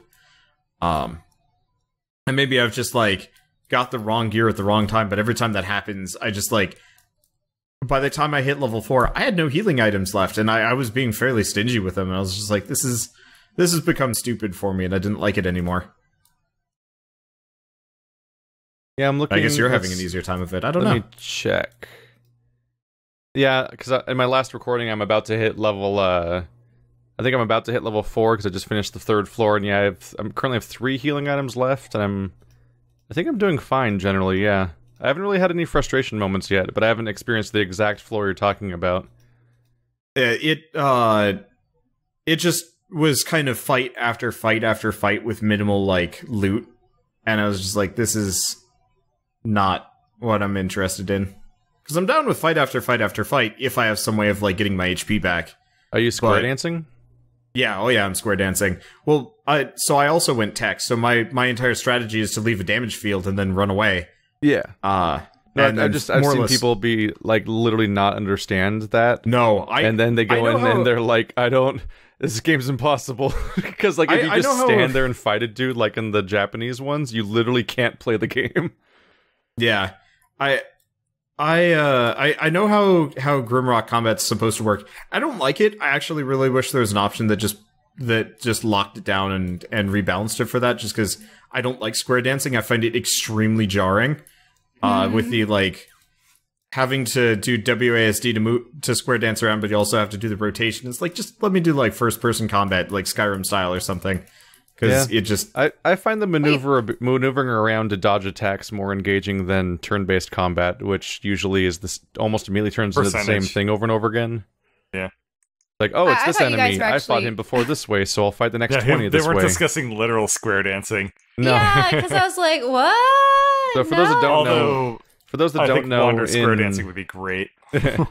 I actually convinced him to take country line dancing with me back in college. Didn't take that much convincing. Like, I've done square dancing before in elementary school and stuff, and I enjoyed it. It was mostly line dancing, like electric slide and other things. That's really the thing. Complicated stuff, but then the only things that we were partnered for, I partnered up with him. We had just started dating, and it was like, okay. The country line dancing class itself is just like, how do you feel about, like, turbo jigs?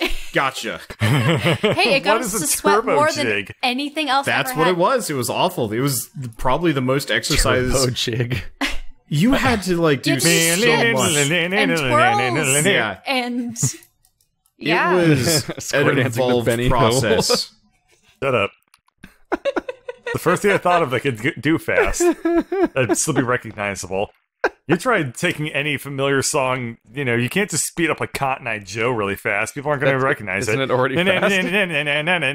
Well, okay, people might recognize it. Yeah, to be totally honest, wait, you didn't speed up Benny Hill. It's already that speed. Oh, true. You did a normal speed. Shut the hell up. Your point doesn't make sense. Imagine Cotton Eye Joe at high speeds. Like, that is... That is what it was. Show? It was nonsense. There were some Joe, but every ones, time so they then say she would Cotton Eye speed Joe, up. it gets twice as fast. Yeah. There were dances like that, actually. Where'd you go? Where'd you come from? Cotton Eye Joe. So, like, that's kind of what it was, though.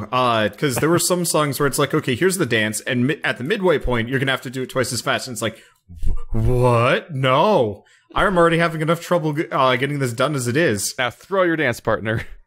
Yes. Don't worry, this high school has liability insurance. We never had to worry about that. This was college. College. But the worst part for me was immediately after this class, I then had like 6 more hours of class. So I was like stumbling into class afterwards, like tired and sweaty and really hungry and just no break time. So just to explain to people that have no idea what we're talking about, when we talk about square dancing in these games, all the way back since Eye of the Beholder, when an enemy attacks you in those games and swings at you, there's a specific timing to them attacking. There's a timing to people moving from square to square on the grid. So you can physically just change your location by moving in the level to evade enemy attacks while they're priming at you. And you essentially can continually bait people into attacking and dodging them over and over again while you wait for like various cooldowns to be ready and essentially like manage your cooldowns and your attacks versus theirs, and try to hit them while they're busy doing some other action so that you can then dodge away during their attacks and then punish them when your attacks are ready. And, it's about dealing damage without taking damage, essentially. It's essentially a grid-based dungeon crawler implementation of how you do your average Dark Souls fight, essentially. If you're not, assuming you're not just face-tanking enemies in Dark Souls. Really old school style of video games. Yeah. I'm talking like, this style of gameplay predates the internet. This is a very old way of designing video games. The weirdest thing about Eye of the Beholder, which I only recently actually looked up, was that it was weird realizing how like at times Legend of Gurmok is like a pixel perfect recreation of that game. Because like all the way down to like enemies will drop daggers that plop down on the ground like perpendicular to the direction you're looking in, and they'll be laying there on the floor, and you physically like click them and drag them to your inventory on the side of the screen, and like all those kinds of weird details. Like it's actually weird how accurate Grimrock is to the roots of the franchise, and in a lot of ways, Vaporum is not only true to that, but also like at times there's parts of its presentation that are also almost slavishly true to Grimrock specifically.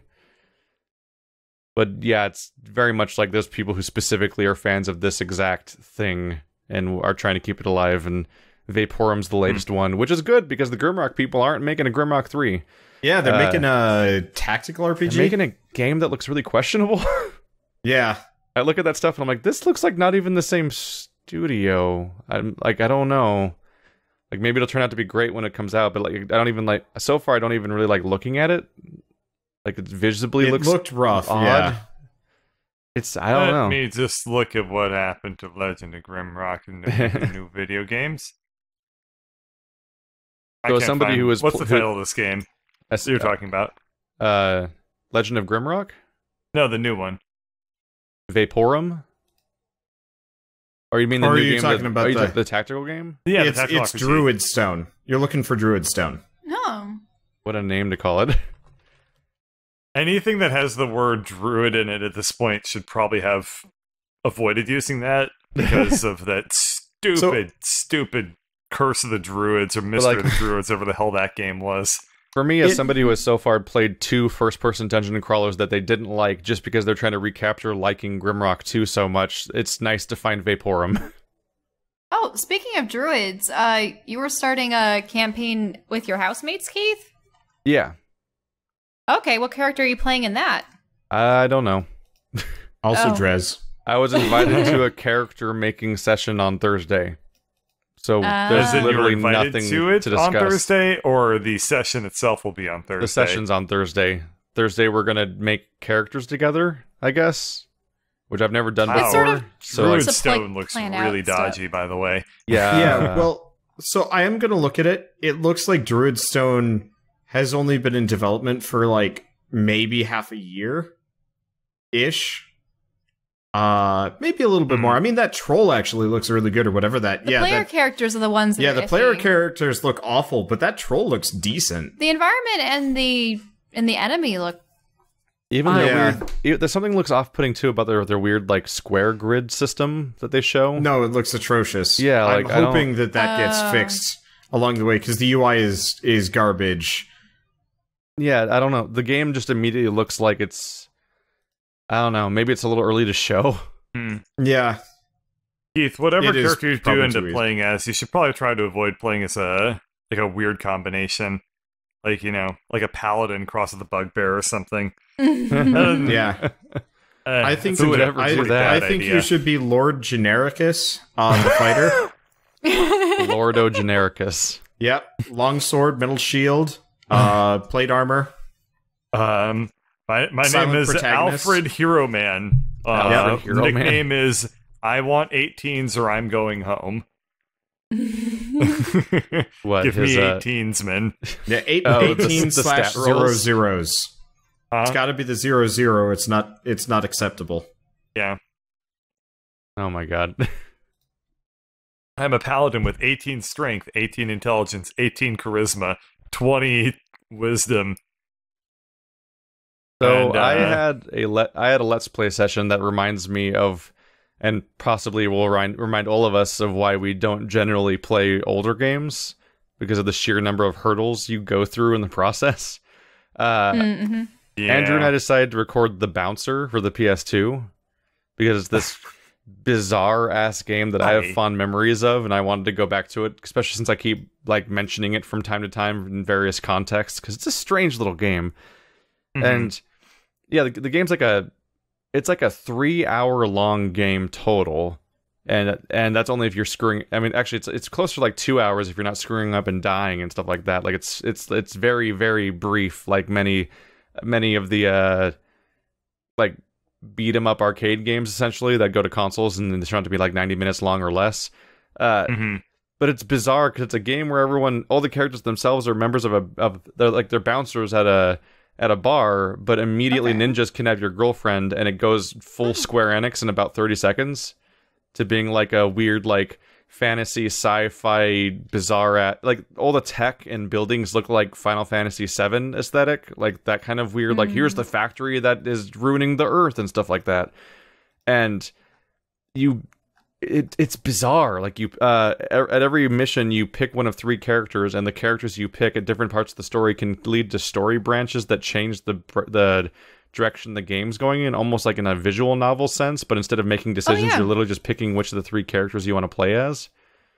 No, I've seen games do that before, but I can't say precisely which one. Must have been something really old. I want to say Zone of the Enders did something like that, didn't it? If we're thinking of old games. It might be the first game. It might be the first game I've ever seen as a kid where like I encountered a flowchart for a video game. Because I think I had the strategy guide, and I think it had something like that in there. But what was bizarre about our experience playing with it is just how many things can go wrong just trying to record an older game, and how much of a mess that becomes.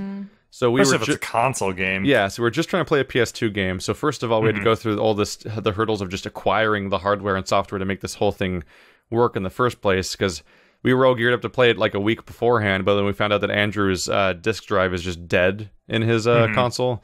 So I actually acquired a PlayStation 2 Slim just to make this work, and I was like, it's fine, we're just gonna make this work, and hey, as a consolation prize, maybe later I'll do like an Onimusha playthrough or something.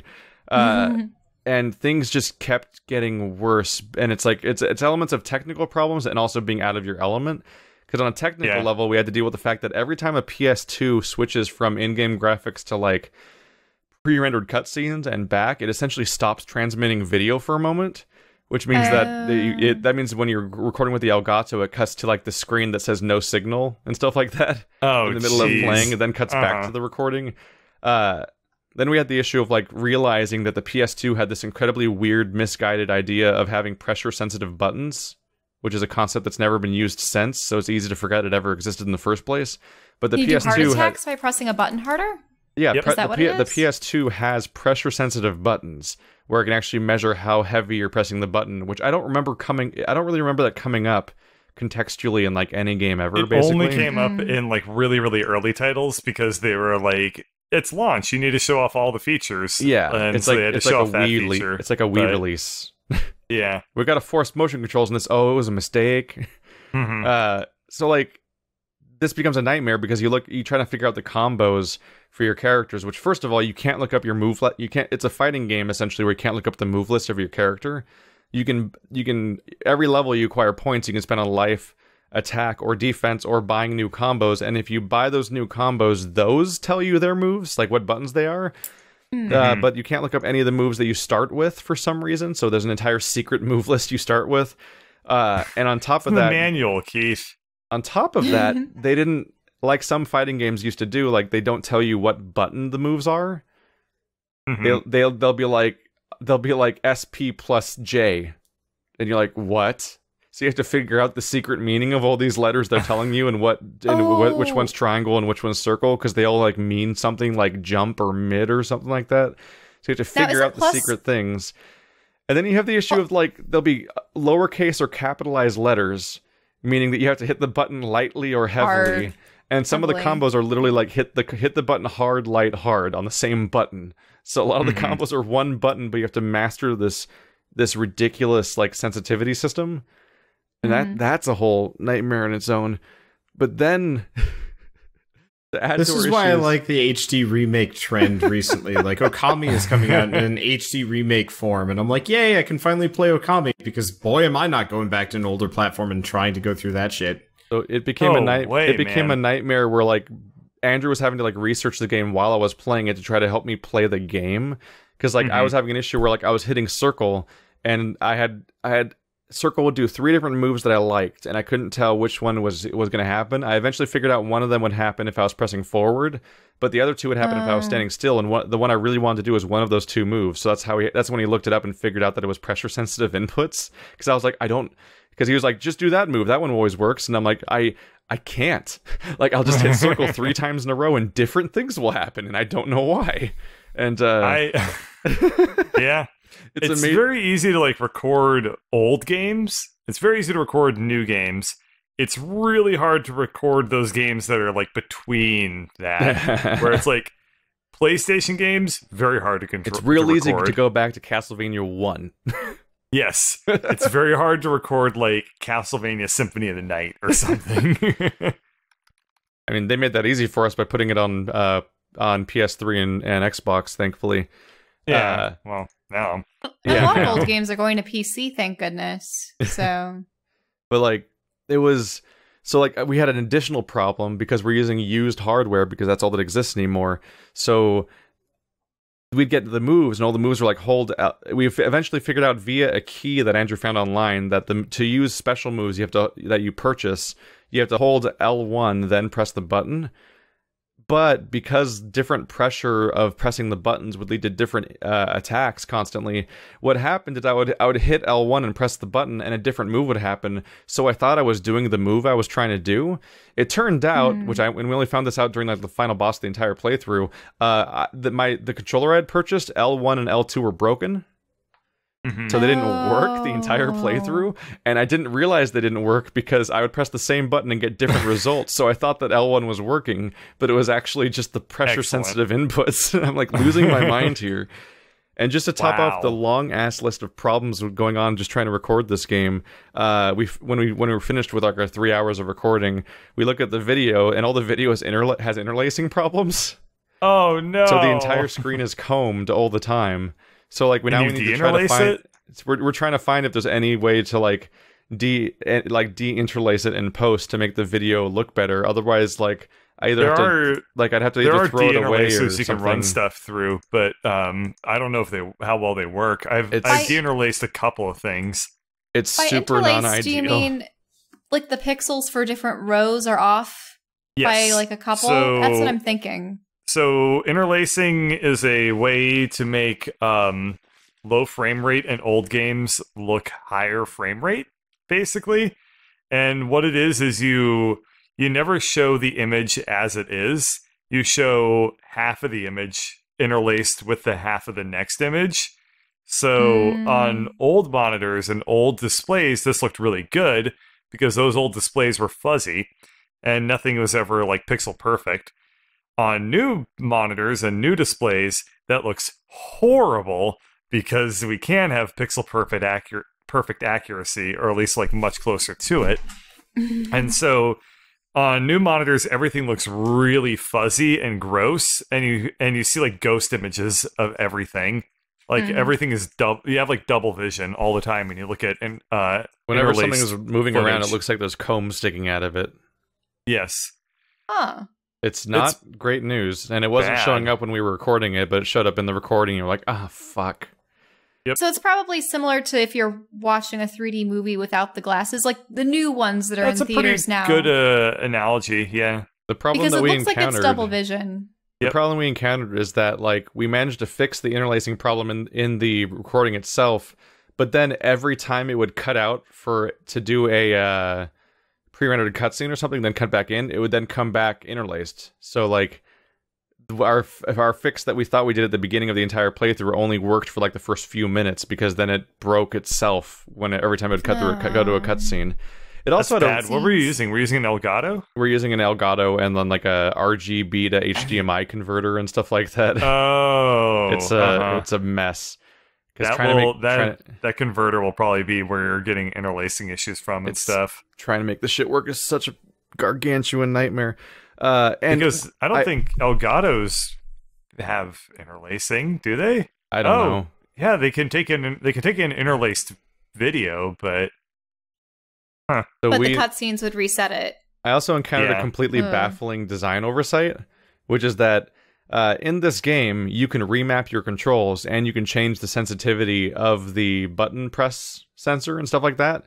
Which I was like, oh godsend, this fix everything. So like I'll remap it so that like the hold down button for your specials is R or something like that, and I'll I can like go around the broken controller and I can like turn down the sensitivity so that I have to press it way harder to do the hard ones because I was doing the hard ones by accident when I was trying to press it lightly and I could not even figure out how to press lightly most of the time. Much to my surprise, when you're playing the game, like in the game when you're in the games, like during fights and stuff like that, like there is no pause menu where you can go to options. So you have to go to the options menu on the title screen. But then when you load your save to play the game just reverts to that save's settings. So that means that the only way to change settings is to start the entire game over, because you can't load an existing save with your new changed settings, because it will only use the settings that particular playthrough started with, even though it's And when you pause the game, when you pause the game, like 5 options show up. None of them are options.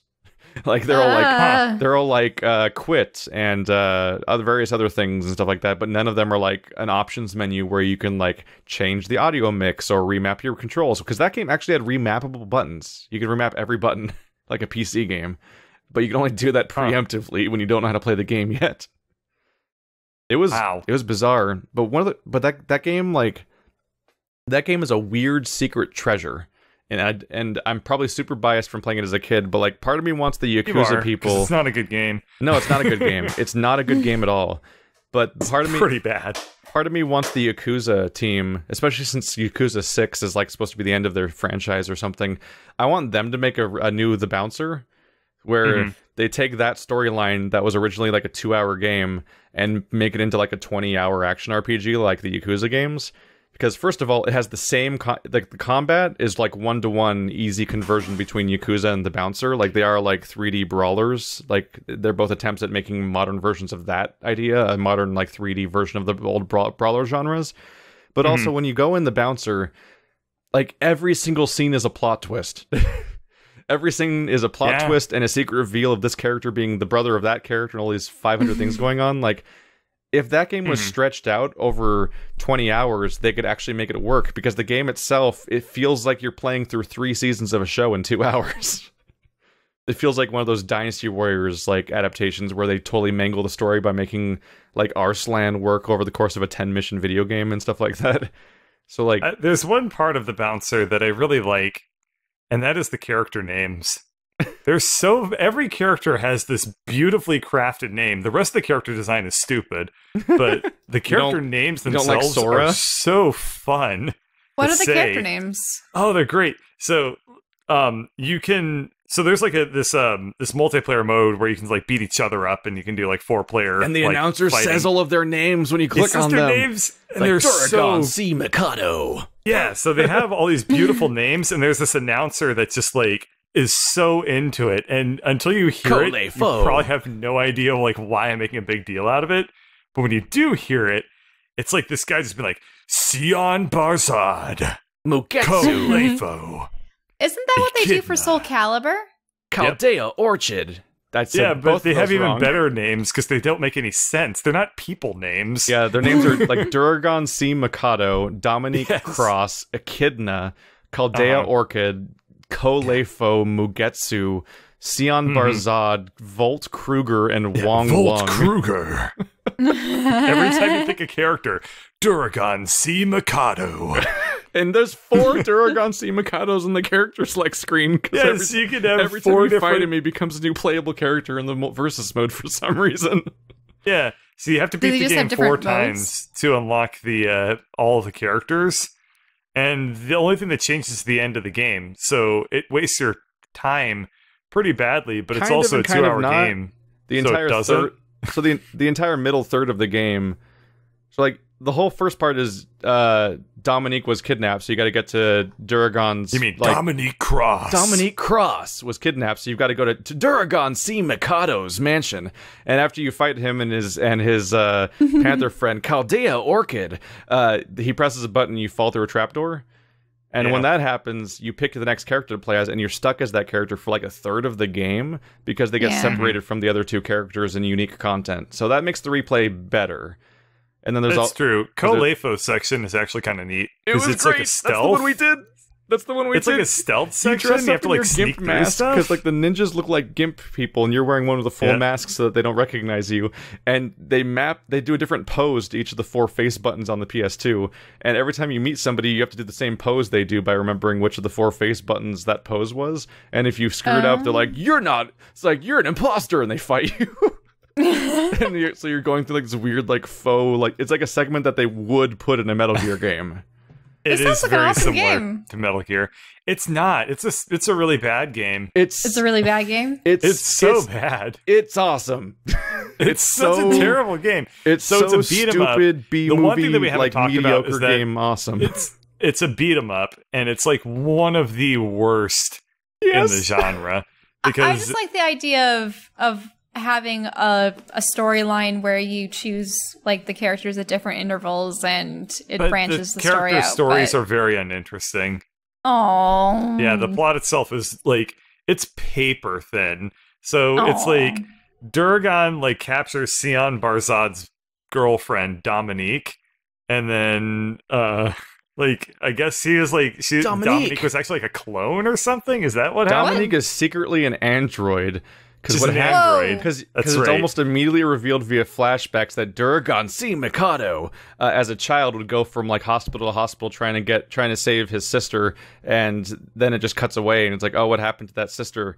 And it turns out that Dominique died, and the Dominique Cross is an android replica of her that he apparently made at some point to try to recapture but now he's Dominique dating as her? a person. No, yeah, the main character has been like sleeping with an android. Sion's dating android Dominique. sister. Yeah, no, the android is the sister. Sion is the protagonist, Durgan is the villain, Dominique is Durgan's sister and Sion's girlfriend, but also a robot. It's such a bad. Okay. And it's also like hilariously badly written in every single scene forever. Like like when they're like Dominique is dying and Durgan's like, please, you have to help my sister as a little boy and stuff like that. And they're like, sorry, the doctor's out. You're gonna have to find another hospital. And then just close the door in his face. And it's like, what? what hospital is this? And like we're like, and you're like wondering like, how did Sion never realized Dominique was an android? And weirdly enough, that is oddly covered by the writing, but also just raises new questions because before at one point Sion hugs Dominique and Dominique's like, you've never even hugged me before. I'm like, how long have you been dating? That you've never like even touched each other before? How does this work? And also Sion is note for note Sora from Kingdom Hearts on every possible design level. Like it's baffling how like they were like, well, the bouncer failed. I'll just reuse this character though. I like him. And so they just made him the star of like what is now like a 7-game Disney franchise thing. Whoa, wait, they look like Kingdom Hearts characters? No, Sion does. Sion looks like Sora. The main character looks like Sora. Yeah, okay, exactly. we're looking this up because I want to see. Oh, here, I can just grab a picture of it. Yeah, just go on Google. No, if you just type Sion Sora, the first result is usually an image comparing the two of them. Yep, because they're basically the same person. Like I was imagining like very burly people and stuff. Can you go to the character? No, fighting Sora list? is just Sion with clown proportions. Like I got poofy shorts now and poofy shoes and a keyblade, but everything else is like the same notes, note for note, to the point of being weird. Yeah. But yeah, Wait, these are, is Volt Kruger actually an Oni, or does he have just those body Volt modification horns? Volt has heavy body mod, but also like Volt is like one of those go-to like. One of my favorite failed cosplays that comes up a lot is a lot of people cosplay Volt Kruger and it never works out. Oh, yeah. They always the thing screw is, it up. Nobody is swole enough to cosplay as some of these people. No. You're not swole enough to cosplay as Volt Kruger. You're not swole enough to cosplay as the Hulk. Every well, I mean, not even like cosplay at that point. Like Halloween Hulk costumes are always sad. There's so many. This is interesting. Wong Leong. I mean, he looks like some sage man right out of some Chinese. That guy literally gets introduced to the game just to die. Like he shows up and.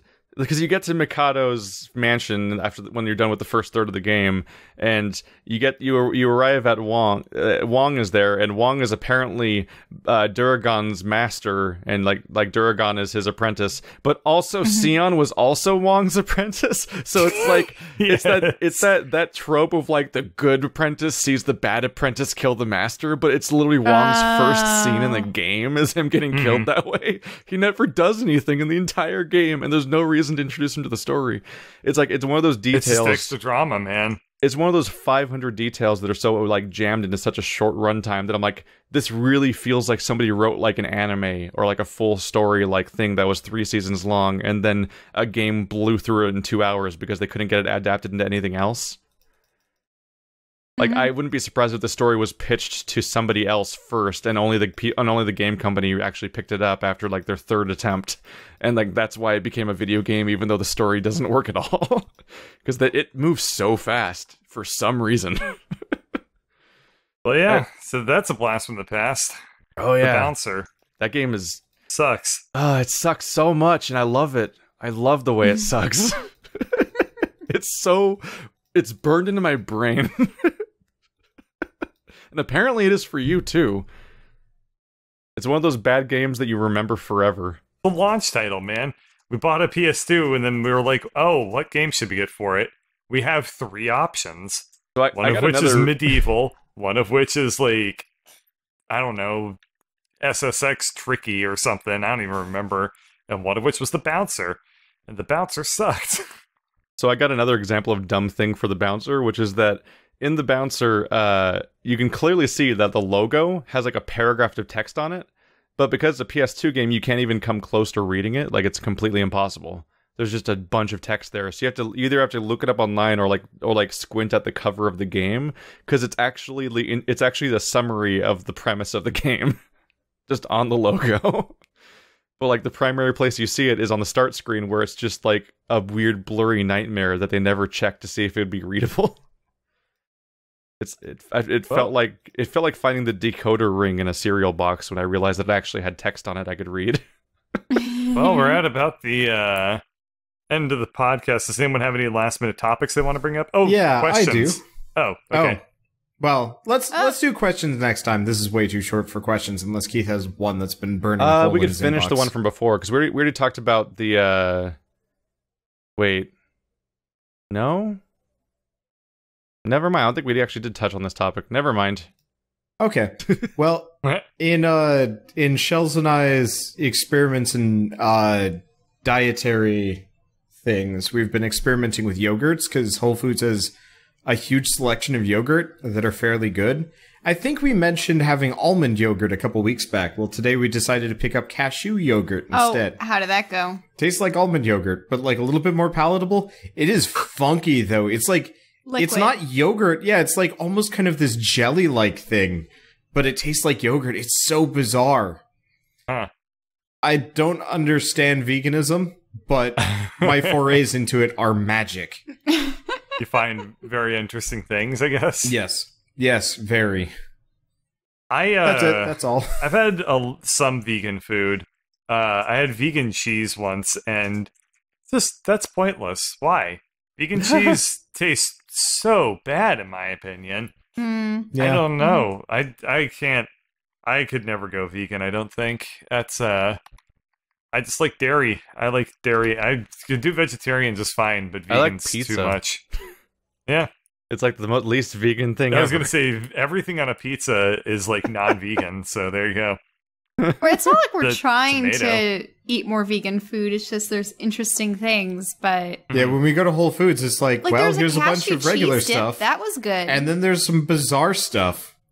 Let's go with the bizarre stuff. The cashew cheese dip was good. It was very good. Pricey though. That's the one problem I have with veganism. It's so expensive. Yeah, it is very expensive. It's funny outside right now because all the not Squirtles. Squirt. Turns out we live at Pallet Town. News to me. No, all of the Squirtle... I'm saying it again. All of the squirrels are currently vying for territory and battling over all of the acorns and fruits and anything that's fallen on the ground, and it's hilarious. But, yeah. So we're just walking along the path. Have you caught any of them? No. I wouldn't forgive her. They're like chittering and squealing at one another and whacking their tails, and are they using tail whips? No, not in that way. They're using Leer and and I don't know what other ones. Not supersonic. They don't have that. What would you call roar? No, they don't roar either. They don't Squirtles or squirrels? That's it. That's the Gen noise 1 they're sound. making. I summon you, Pikachu. Sitting That's here what they explain. all sounded like. So while we were talking about the developers of Primordia, they started messaging me on Twitter. Funny. I don't think they're watching right now, so I think that's just a coincidence. But I'm like sitting here explaining to them on Twitter my editing style, basically, because they're like, What if the developer of Soma, or not of Soma, of the Redwall game started messaging us and being like, I heard what you said about me. it wouldn't be the first time that a developer got mad at me. That's how I met you guys. Yeah, but you can barely call the people that got mad at you developers. No, yeah, They they're were insults embarrassing. to the title of developer. No. Yeah. Like, Joe and Andrew went to, like, a Siftio Cube game dev conference with a guy that made Frog Fractions, and they made a Yu-Gi-Oh! Rock, Paper, Scissors game with those in a game jam, and that was more of a game than Smash a Seal. Yeah. But yeah, they're wondering how I get through without getting stuck constantly in their game. And the trick is that I realized that if I open the inventory screen of the game, there's nothing moving on the screen, so I can just sit there and brainstorm for as long as I want to if I'm genuinely stuck, and then crossfade it, and no one will be able to see or hear the edit. Wow. You really do that? Yeah, That's false advertising, Keith. False advertising. That's not even like what any of those words mean. Yeah, you're being super Agamemnon about this, and you're false advertising. Agamemnon. You're gonna have to Stop decode self-sabotaging me, Keith. Wait, what does this have to do with King Agamemnon? Bird is trying to crash this podcast He's just saying as hard words as possible. I'm not trying, I'm succeeding. He's just successfully saying words. You did it. Now, was he the king of Medea? And Medea's Christmas? No. All right, Because let's there's end also this. Medea goes to Christmas. Thanks Because for watching, everybody. His You know, brother that one- Menelaus was the king of noises. Sparta. That one place where Hey, Christmas happens. At least in the Odyssey. Three nerds and a cow signing off, I guess. Wow, we actually went back to that. I didn't have anything else to put on the brakes. I figure pure noise. That'll do it. Keith, Our fourth you cast have something member, you want to add? the cow. Do you have one more point you're making, or did I Oh, destroy no. everything? Agamemnon really. was the king of Mycenae, I think. Sorry, I got I thought it my was the king of Greece. I don't know. Well, no. There are different parts of Greece. No, His it's brother not. was the king of Sparta, Menelaus. So Agamemnon, Menelaus. Okay, we need to stop before we start going to like history IMDb. Yeah. No, this is a topic That's that just has called no end. Wikipedia, you nerd. No. See you guys Oh. next time. Send your messages to FourNerdsQuestions@gmail.com, and maybe we'll answer them sometime next year when we answer questions again. We keep having games to talk about. We have a lot of catching up to do when people are gone for a month. See you guys next time.